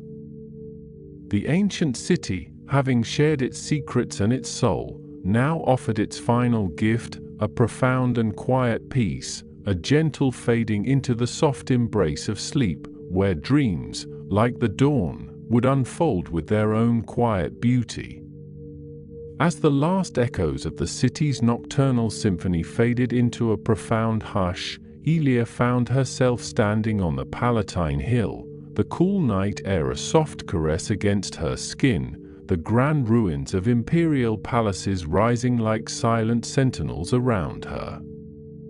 The moon, now a luminous pearl in the velvet sky, cast long, dancing shadows that transformed familiar courtyards into mysterious labyrinths, each archway and crumbling column whispering tales of forgotten emperors and whispered intrigues. Lucius Valerius, his presence a comforting anchor beside her, pointed towards a distant cluster of lights flickering low in the valley below, indicating the humble dwellings of the Subura, a stark contrast to the sprawling opulence surrounding them. He spoke softly, his voice barely disturbing the stillness, explaining how the city breathed in layers, from the lofty heights of the Palatine, where power resided, down to the bustling, crowded streets where most Romans lived their vibrant, complicated lives, a constant ebb and flow of humanity shaping the very soul of the empire. Elia imagined the tiny, flickering lamps in the distance as individual hearths, each one a miniature world of families gathered, stories shared, and simple meals prepared, a stark and beautiful counterpoint to the grand narratives etched in stone around them. She felt a profound connection to this ancient city, not just as a collection of monumental structures, but as a living, breathing entity, its past and present interwoven like the threads of a richly patterned tapestry. A gentle breeze, carrying the faint scent of cypress and damp earth, rustled through the ancient olive trees nearby, their silvery leaves shimmering under the moonlight like countless tiny coins. Cassia, who had joined them, wrapped her shawl tighter, her gaze drifting over the sprawling expanse of the Roman Forum, now bathed in a soft, ethereal glow, its temples and basilicas appearing almost translucent, as if poised on the edge of memory. She recalled her grandfather, Senator Gaius Marcellus, speaking of how the Forum was not merely a marketplace or a place of law, but the very heart of Rome, where every decision, every debate, every triumph and tragedy had unfolded, shaping the destiny of millions. The weight of history settled upon them, not as a burden, but as a deep, resonant hum, a sense of belonging to something vast and enduring. Silas, ever observant, noticed a solitary owl take flight from the eaves of the Temple of Saturn, its silent wings cutting a graceful arc across the moonlit sky before disappearing into the deeper shadows, a fleeting moment of wild beauty in the heart of the civilized world. Drusus, usually boisterous, remained unusually quiet, his eyes reflecting the shimmering moonlight, perhaps contemplating the sheer scale of human endeavor laid out before him, a testament to both fleeting ambition and lasting legacy. The city, in its nocturnal splendor, offered a profound sense of peace, a quiet understanding that life, in all its forms, continued, resilient and beautiful, under the watchful gaze of the ancient stars. And so the story rests here for now. Thank you for spending this time with Easy Drift Sleep. If these stories help you find rest, a quick subscribe means a new one is always waiting for you. Sleep well. We will see you next time.